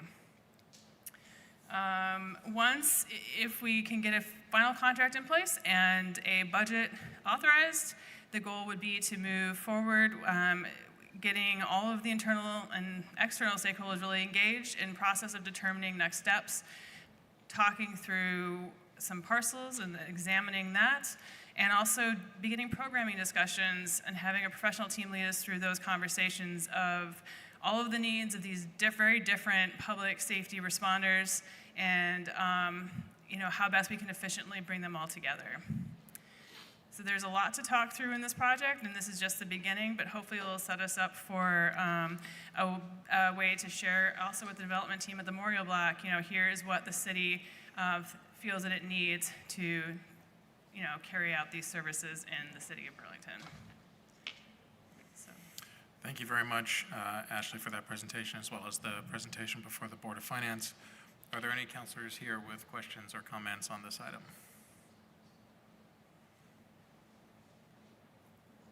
All right.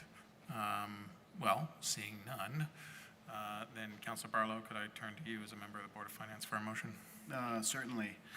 I move to authorize the Chief Administrative Officer or her designee to effectuate necessary budget amendments and transfer a fund in the amount of $172,000 from Bond Series 2023A in order to establish a project budget for Phase 1 of the Public Health and Safety Building. Thank you, Councilor Barlow. Is there a second to that motion? Seconded by Councilor Carpenter. Is there any discussion on that motion? We will go to a vote then. All in favor, please say aye. Aye. Aye. Any opposed? That carries unanimously. So thank you, Ashley. We'll look forward to following this project. That now takes us to item 7.3, which was consent agenda item 6.9. Director Spencer, I appreciate you and your team from DPW being here on this item. I thought perhaps in discussing it with Councilor McKnight, who had asked that this item be pulled from the consent agenda, that I could turn the floor to Councilor McKnight to perhaps tee up any questions or comments that she may have, and then could then turn the floor to you all, if that makes sense. Great. So Councilor McKnight, if I could turn to you, that would be great. Thank you, President Travers, and thank you to the DPW team for being here. I think we've had a lot of chances to appreciate our city staff tonight, and this is yet another one. The Main Street project is a really complex one, and it's also a critical piece of infrastructure that we have a responsibility to maintain. So just our gratitude to your team for shepherding that responsibility. However, the reason that I asked to take this off the consent agenda tonight is because we, as you know, we are hearing loudly from downtown business owners about some problems that this project is causing, and they're coming to us, and the most potent thing that I heard from the folks representing this group of dozens and dozens of businesses downtown is uses a biological analogy, which I thought was very just moving. They described the construction on Main Street as cutting off their airways. And they say their customers just can't get through, or it's too hard for them to get through our streets and our sidewalks, so they're not showing up. And our local businesses are left gasping for air. And I also want to underline that it's not just the business owners who are impacted by this lower traffic. It's also their employees. And this is people who work mostly in the service and retail industries. This group of workers is one of our largest sectors of working people in Burlington. And as myself, someone who worked for a long time as a waitress, I know that when customer traffic slows down, service workers feel it first. Your hours get cut, your tips are lower, and suddenly your own personal budget is painfully pinched in a time when everyone is already feeling financial strain. In addition, when our business revenues go down, as we heard earlier with the budget, so do our tax revenues. And as we head into this next fiscal planning season, we, already are bracing for the impact of that. So, I just think this is an important discussion to have for the sake of our downtown economy, for our everyday working residents, and for the health of our city budget overall. We need to start coming up with some creative solutions, and frankly, some of those may need to happen outside of the DPW framework. But we need to start thinking about solutions for the difficulties this project is causing. And some questions that have come up that I know you're already aware of, and we don't have to go into all the answers right now, but I just want to put them out for the benefit of the public. People are asking, are there any options at all for opening up one-way traffic, even temporarily?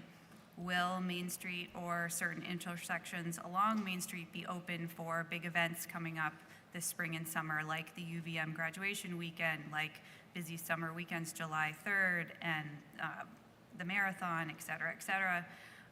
What accountability measures do we have for keeping SD Ireland's work on track? The project's almost a year behind, and how can we mitigate that? Are there any options to get it back on track and provide some relief? And then, I think there's also a whole discussion, from Cara's perspective, how can we be creative in terms of marketing, business support, communication, et cetera, that could help these businesses. So, thank you. Thank you, Councilor McKnight. And I'll take a moment to acknowledge that while I certainly appreciate your team being here and respect Councilor McKnight's and others' concerns and questions around the broader picture here, I will note that ultimately the motion before us is with respect to the contract amendment on the sewer aspect of this project, and so we will make sure certainly to get to that motion. But Director Spencer, again, appreciate you and your team here to talk about some of the larger issues that Councilor McKnight has identified. Thank you. Great, thank you. I'm joined tonight by Carl Nasraoui, Director of Business and Workforce Development, Laura Wheelock, our City Engineer, and Peter Procaccio, who's our Senior Public Works Engineer. And thank you, Councilor McKnight, for, I think, well articulating that this project is impactful in its long-term benefit and its impacts during the construction phase. And we are aware that there are a number of dynamics in the downtown that we are advancing a project during, and there are other issues surrounding houselessness and addiction and the post-COVID office market. Downtown is always changing, and we are bringing a generational project through during this time. And for that reason, we have redoubled efforts on the business support side, on the parking and traffic side, which the team members here will summarize briefly. We do have a continuation of our engagement with the very important business stakeholders on this street. We have a public meeting this coming Friday, 9 a.m., downstairs, Sharon Busher Room, where we all will be engaging in conversation in the next steps for this important project. That is by far not the only steps we are taking in terms of engagement, as you'll hear, but an important one to get in the same room and talk through what we can do together. So with that, I'm going to turn it over to Pete to provide an overview of where we're at and what we've done on the parking and traffic side, and Cara can help elucidate what we've done on the business promotion side. Thanks, Chapin. Before going into the project at all, I wanted to give an update or just the background on the motions in front of you today regarding the sewer budget.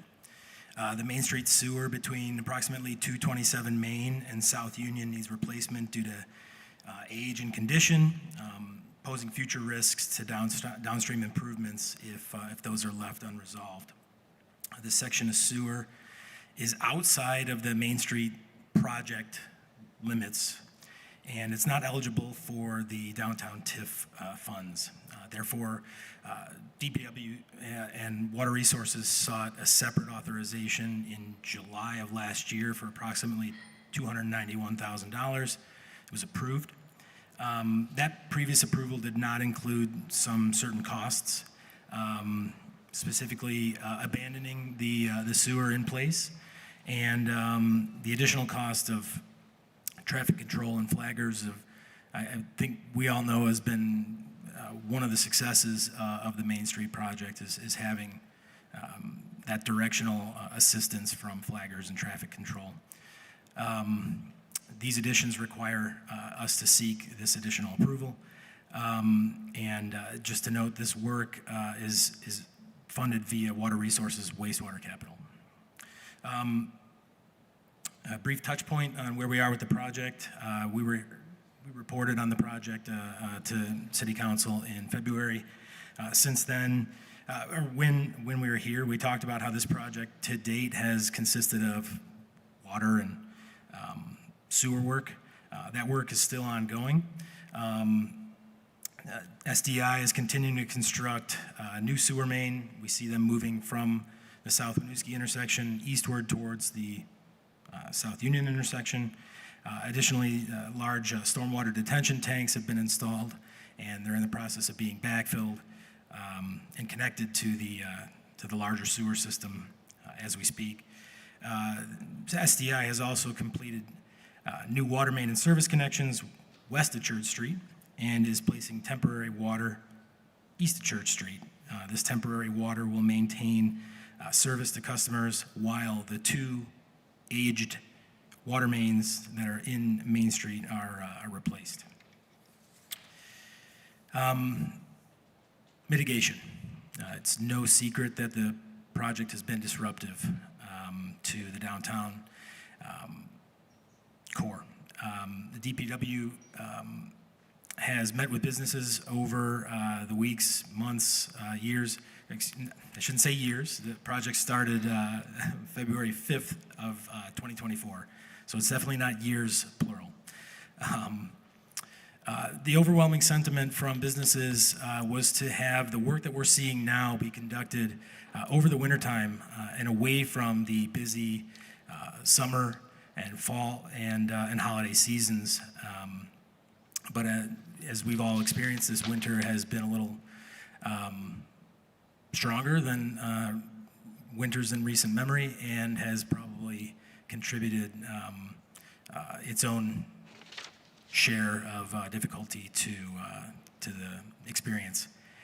Balancing the business's needs and our need to drive vehicle and pedestrian traffic in the project area without impeding the contractor's ability to complete their work has been the focus of the DPW throughout this project. As we previously reviewed with council, we've deployed a number of mitigation strategies to alleviate some of the disruption, including subsidized parking and promotional parking in the downtown area, signage opportunities for businesses, and flexible marketing within the right-of-way, maintaining delivery and services access, maintaining front door access and open and accessible sidewalks where and when possible, coordinated utility impacts, notices, keeping our standard notices of water shutdowns to the 2-week mark and with a follow-up 48 hours ahead of time, and ongoing communications, including a project website, weekly coordination updates, targeted outreach, strategizing with business owners, detour mapping, and again, maintaining that kind of open door policy with business owners. As Chapin mentioned, we have our public meeting with business owners this Friday, and we look forward to taking in additional feedback from the public there and working on ways to pivot where we can.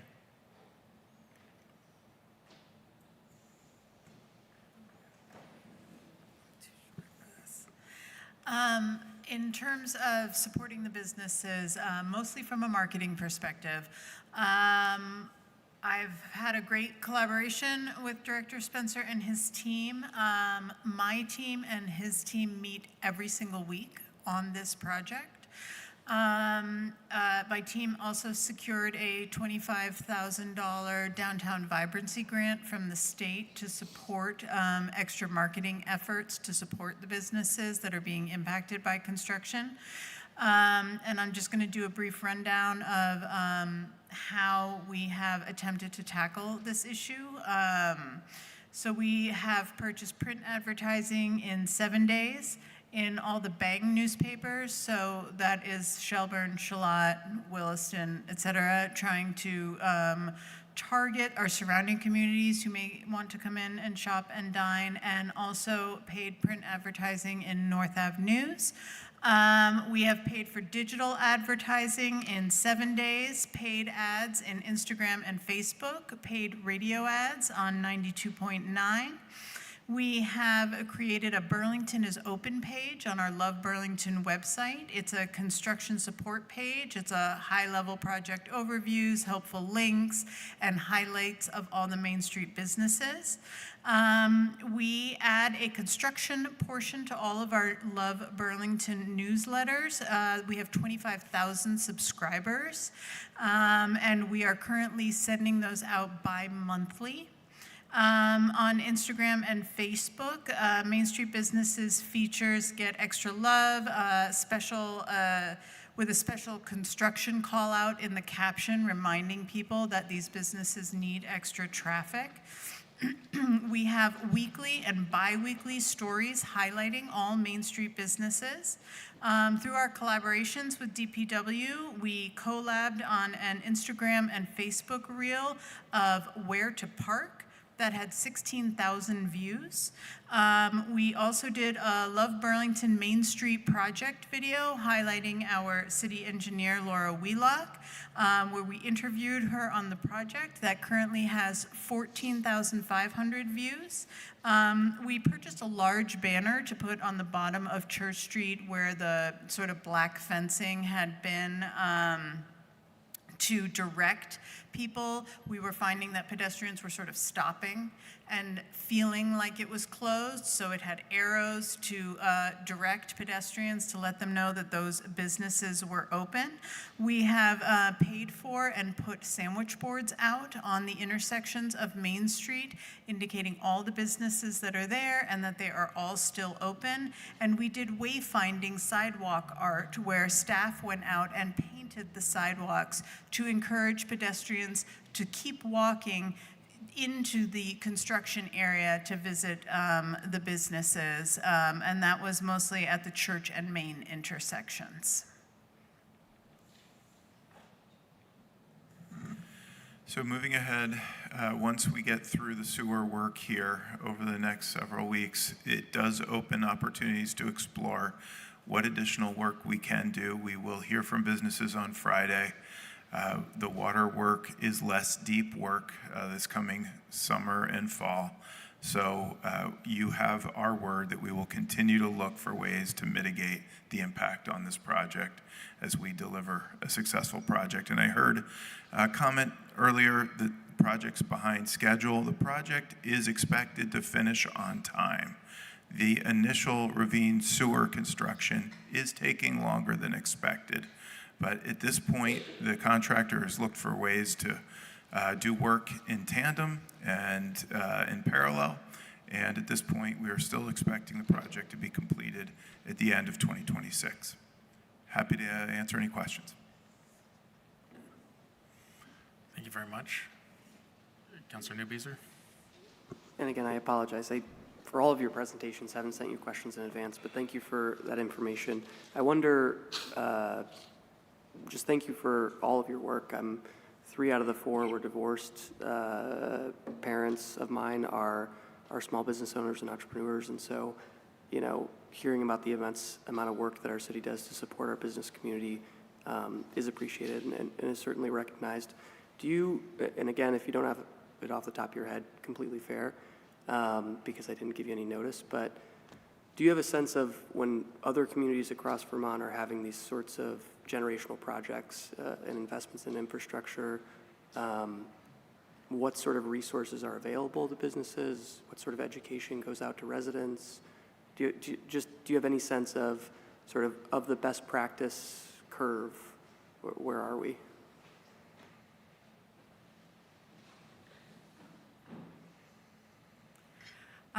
We will certainly get back to you with any supporting information. When we started this project, we interviewed Middlebury first and foremost.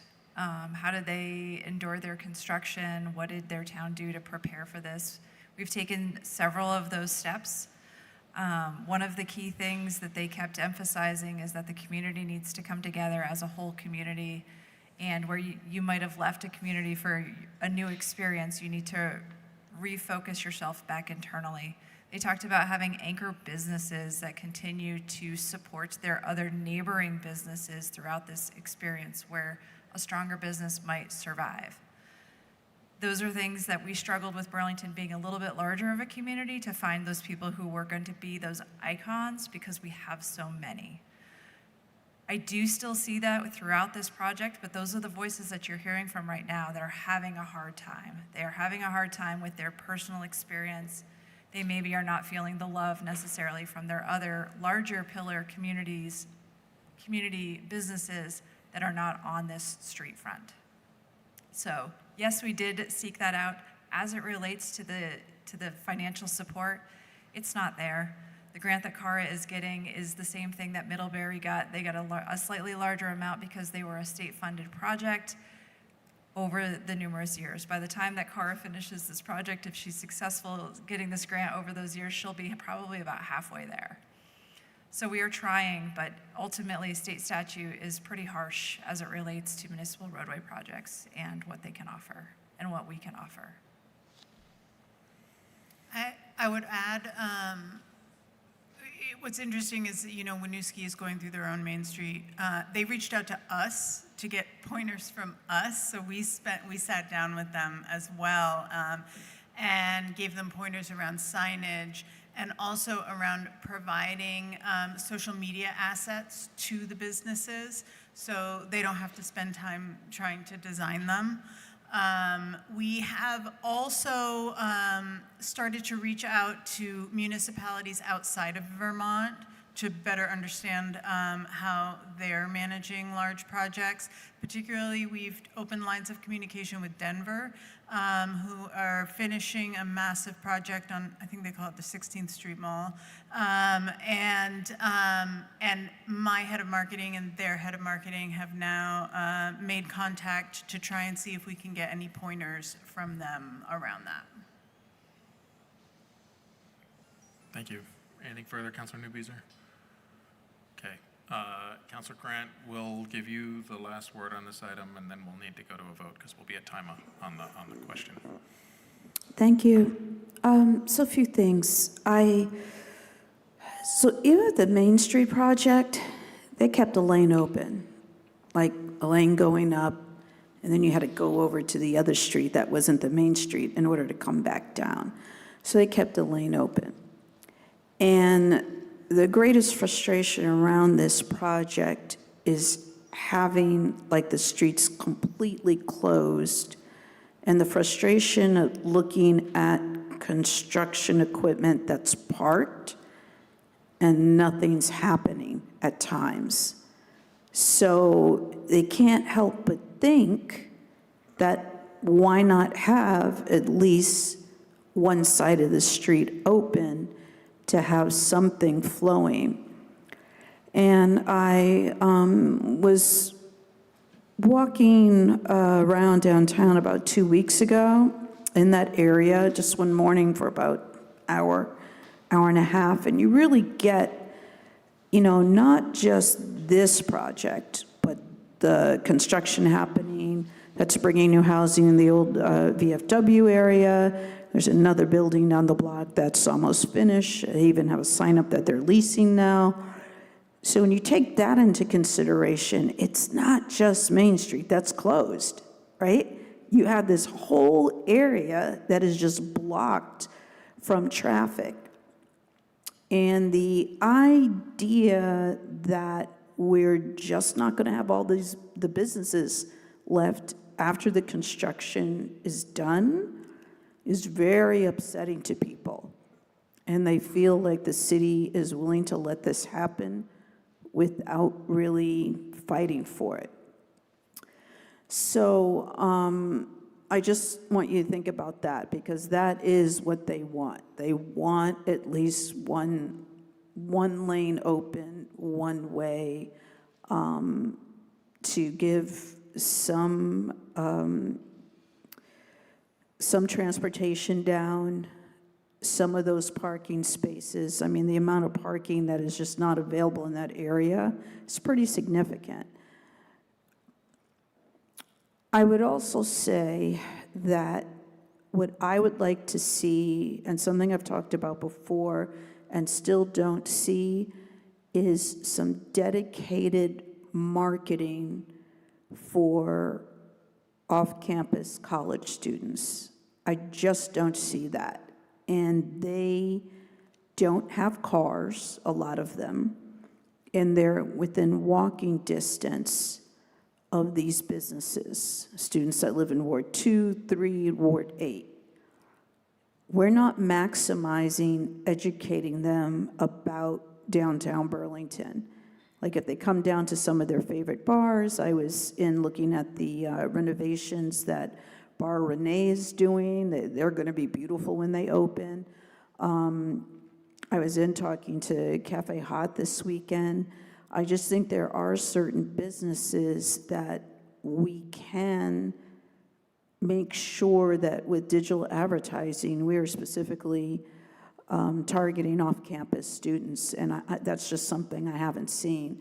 And I do think we have to do some more things a little bit outside of the pocket. We do good engagement in the number. Thank you for the numbers that you've given, but we're just not targeting all the groups of people that we have in the city. So I think we need to take a look at who we're targeting, age, background, and are we really creating ads that reach as many people as I could, especially with thinking about diversity and thinking about ages. I've heard so many times the well-to-do woman over 40 doesn't come downtown anymore. Well, this city is full of other people, and what are we doing to address this changing market? Thank you so much for listening. If I may, I value your feedback, and I know you're very dialed into downtown, Councilor Grant. One of the main purposes of the Love Burlington brand is to target that audience. So the Church Street Marketplace brand does tend to have an older, more affluent audience, and we have all the Google Analytics background and data for that. Whereas the Love Burlington brand and the reels that we make, which disappear, are absolutely targeted for that demographic in Burlington. And we can see from the Google Analytics that they are watching them. We could improve, for sure. So, and I will keep my eye on those numbers. We do know, though, that the demographics of those two audiences are quite different. And on the Love Burlington audience, it skews a lot younger, and it skews to a less affluent crowd. And even when we compare a paid ad or reel that we would do on the marketplace versus Love Burlington, we can see that the engagement is different. That if it's the same marketing, but maybe we would look at it and be like, oh, that's kind of hip and youthful, we see it get more traction on the Love Burlington line. So we are actually separating our marketing to try and target different audiences. And some of our Church Street Marketplace targeted ads are targeting more of our suburbs and people who are spending money on different things. Maybe they're spending them on fancy dinners out or things like that. So I'm not saying we're 100% successful, but I do want to highlight that we are trying to keep in mind that we are appealing to a broad consumer base. And even recognizing, downtown has a lot of cannabis establishments or tattoo establishments. Like, we need to be marketing to the demographic that is spending money in those establishments. And so I require of my staff a quarterly report with a breakdown of the age and demographics of everyone who's engaging in these posts, especially now, given the impacts of construction.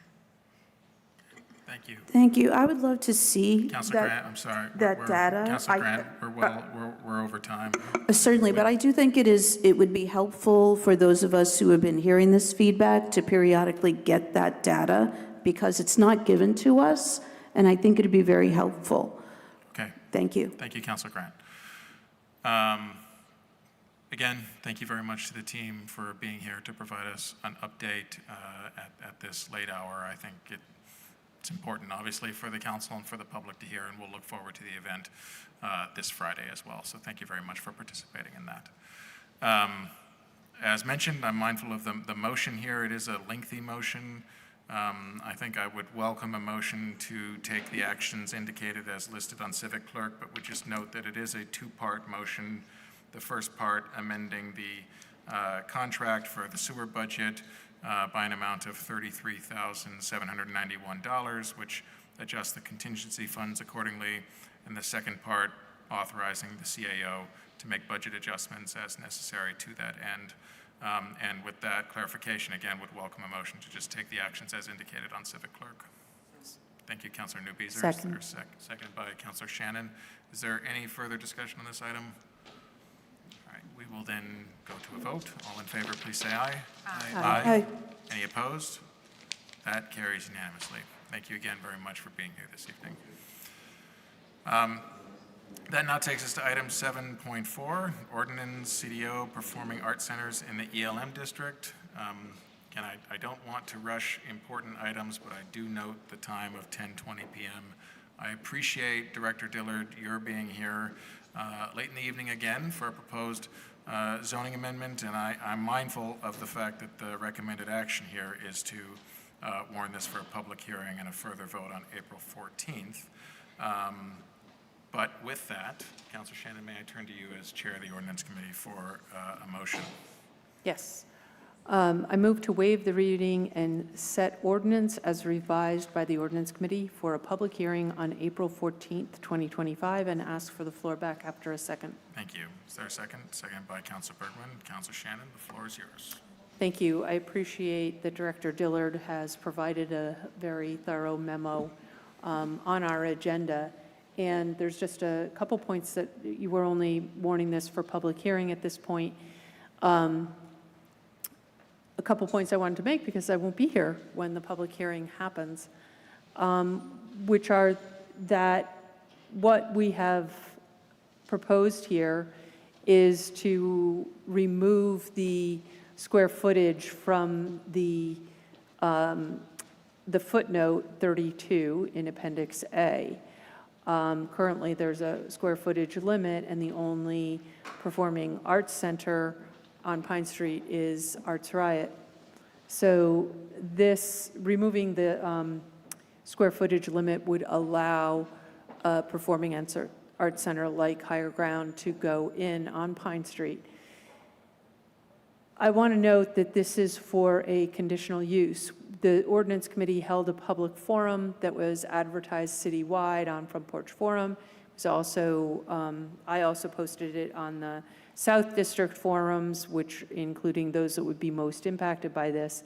And surprisingly to us, or to me, I should say, I shouldn't speak for the rest of you, but I think you expressed the same. There was not a big turnout, despite it being, I think, well noticed. And the people who came were very much in support of moving this forward. I have received some emails that have expressed concern. But I think that this overall is a very positive thing for the South End. It is more consistent to my mind, and I think Director Dillard agreed with this in committee, more consistent with our municipal plan, Plan BTV, than having this kind of performing arts center down in the Burton area, which had been previously permitted, and we have extracted that from the area where performing arts centers would be permitted under this new zoning change. I know that there's been discussion about higher ground going into the City Arts building, and there is certainly some interest on their part of having this be a permitted use rather than a conditional use as it is. I will note that in the South End Innovation District, it is a permitted use there, which is directly adjacent to this.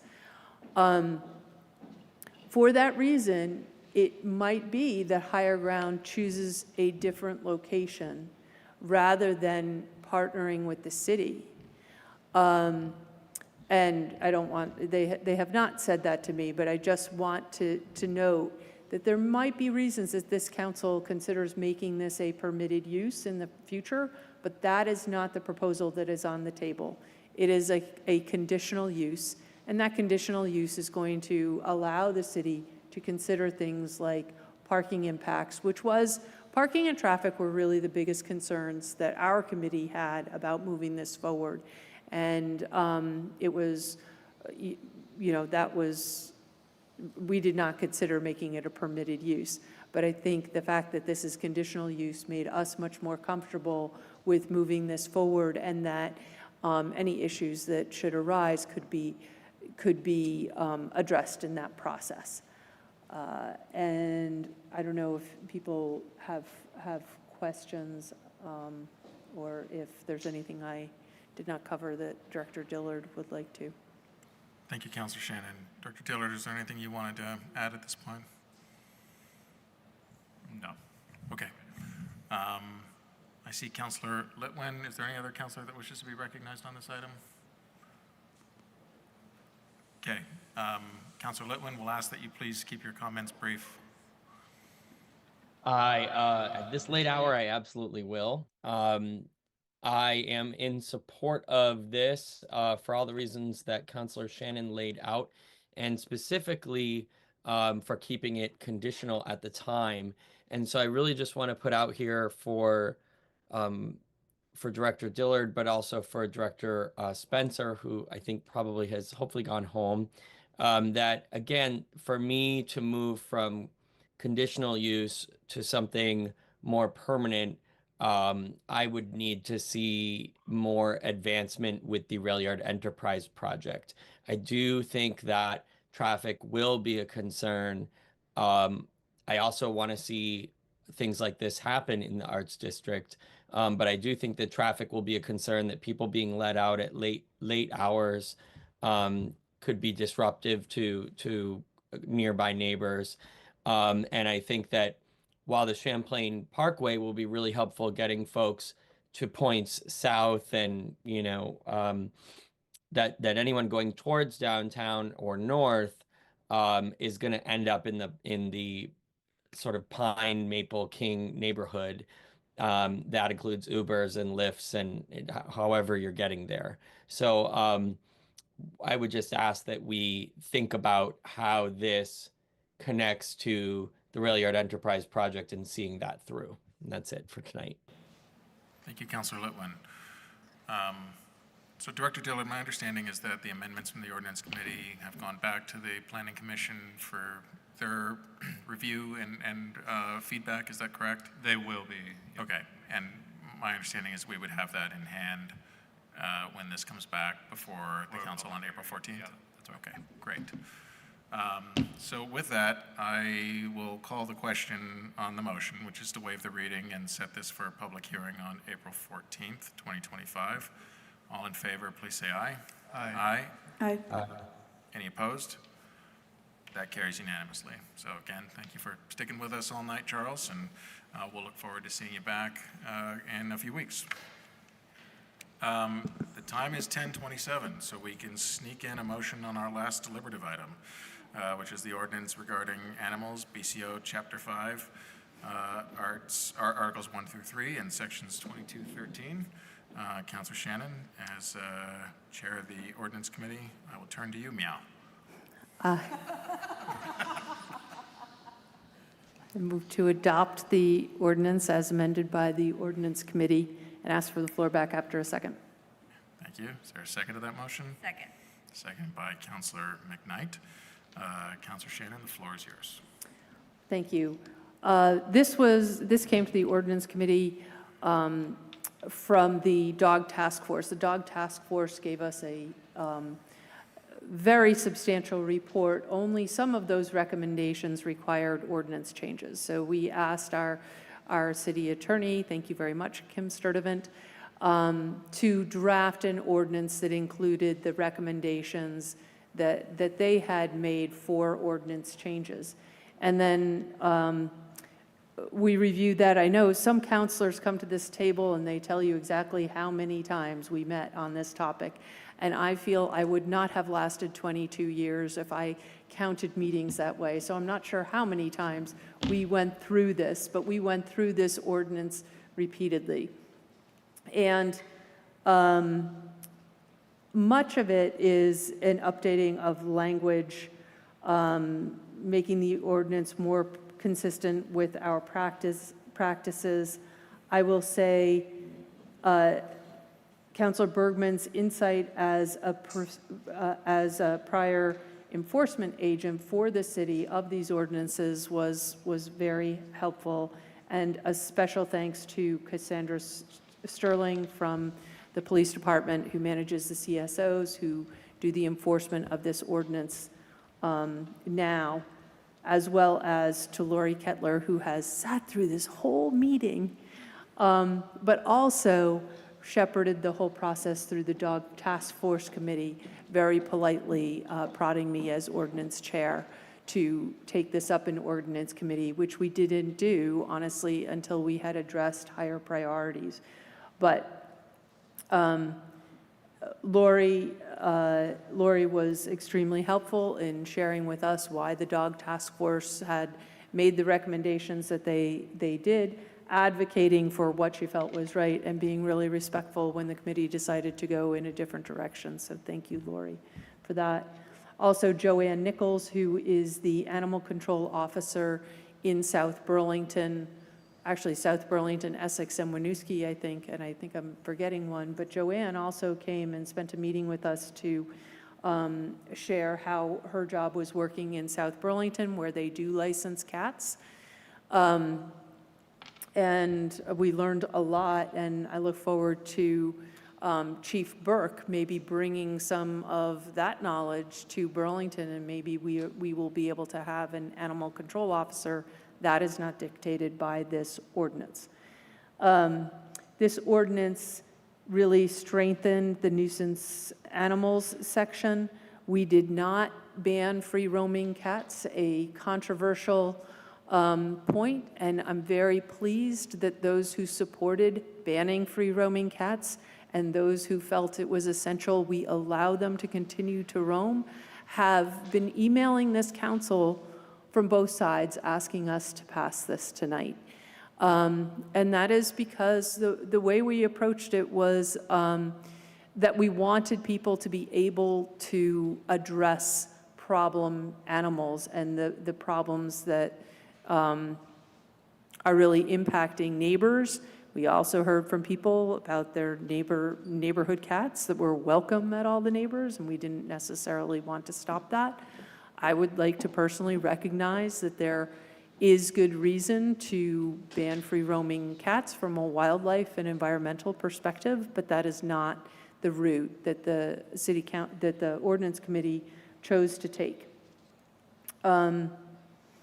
The licensing requirement for cats does not start until April 1st, 2026.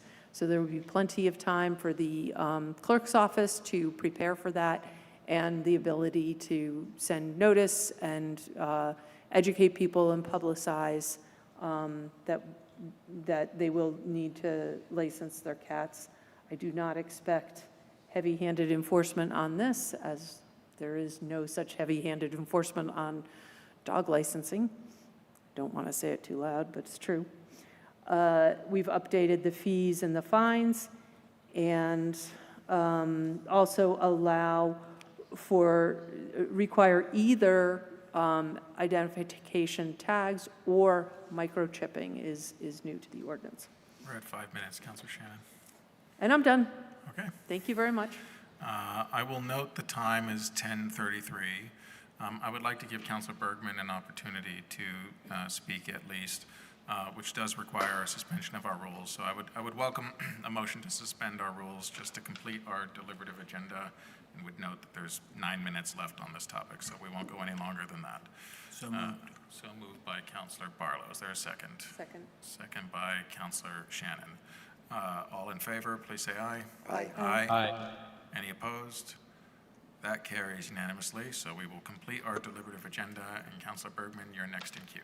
Well, let me just cut to the chase because of the hour and time. We got a memo from the city attorney's office at 3:18 today. It was something that we requested, and it was a really quick turnaround considering that we didn't get this whole thing through until the middle of last week. So this has been a very big turnaround, but you will note in the email that is on our agenda on Civic Clerk that there is a request from the CAO's office regarding the dedication of the license fees. It's found on lines 128 and 129, and it specifies that the fees collected must be used for education and other services pertinent to the improved welfare of dogs and cats who reside in the city of Burlington.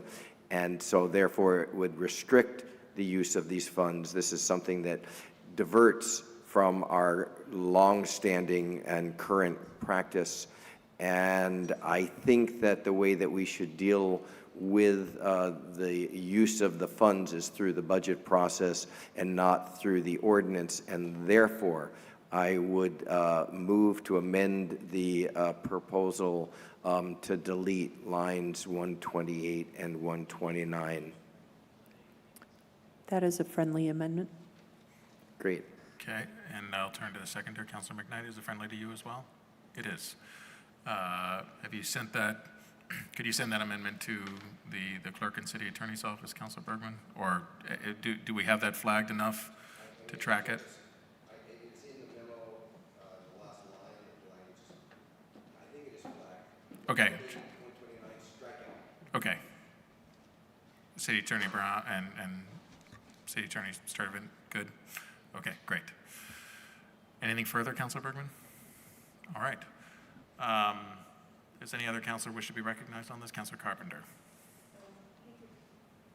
Bring this up at this late hour, but a constituent so many of us know at a very late hour expressed a concern about the poor kitty cats having to wear 2 tags, not one identifying themselves and one is their new license, and asked if there could be a consideration of, could you print that all in one license?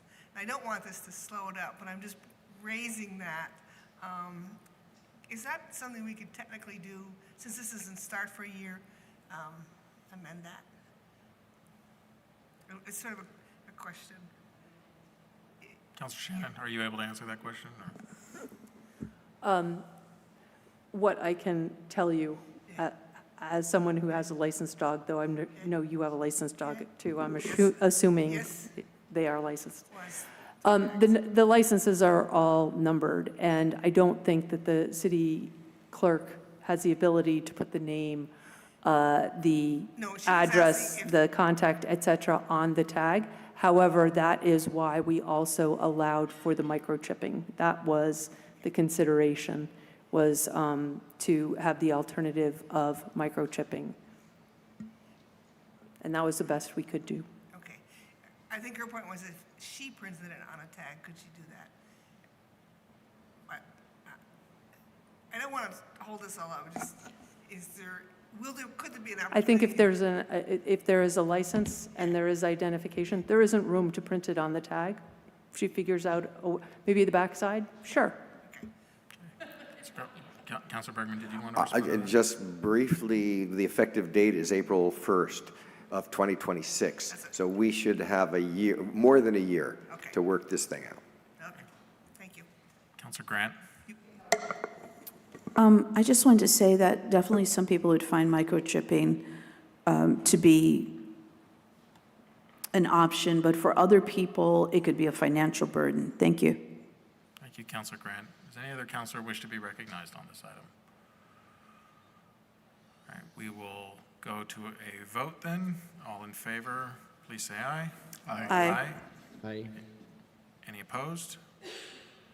That carries unanimously. Our thanks to the Ordinance Committee, to the Dog Task Force, and to all others who worked on that proposal. Our rules permitted us to continue through our deliberative agenda, and we are now at the end of our deliberative agenda with no other business. We will adjourn the City Council meeting at 10:39 p.m. And thank you again, Councilor Shannon, for all of your years of service to this council and the city.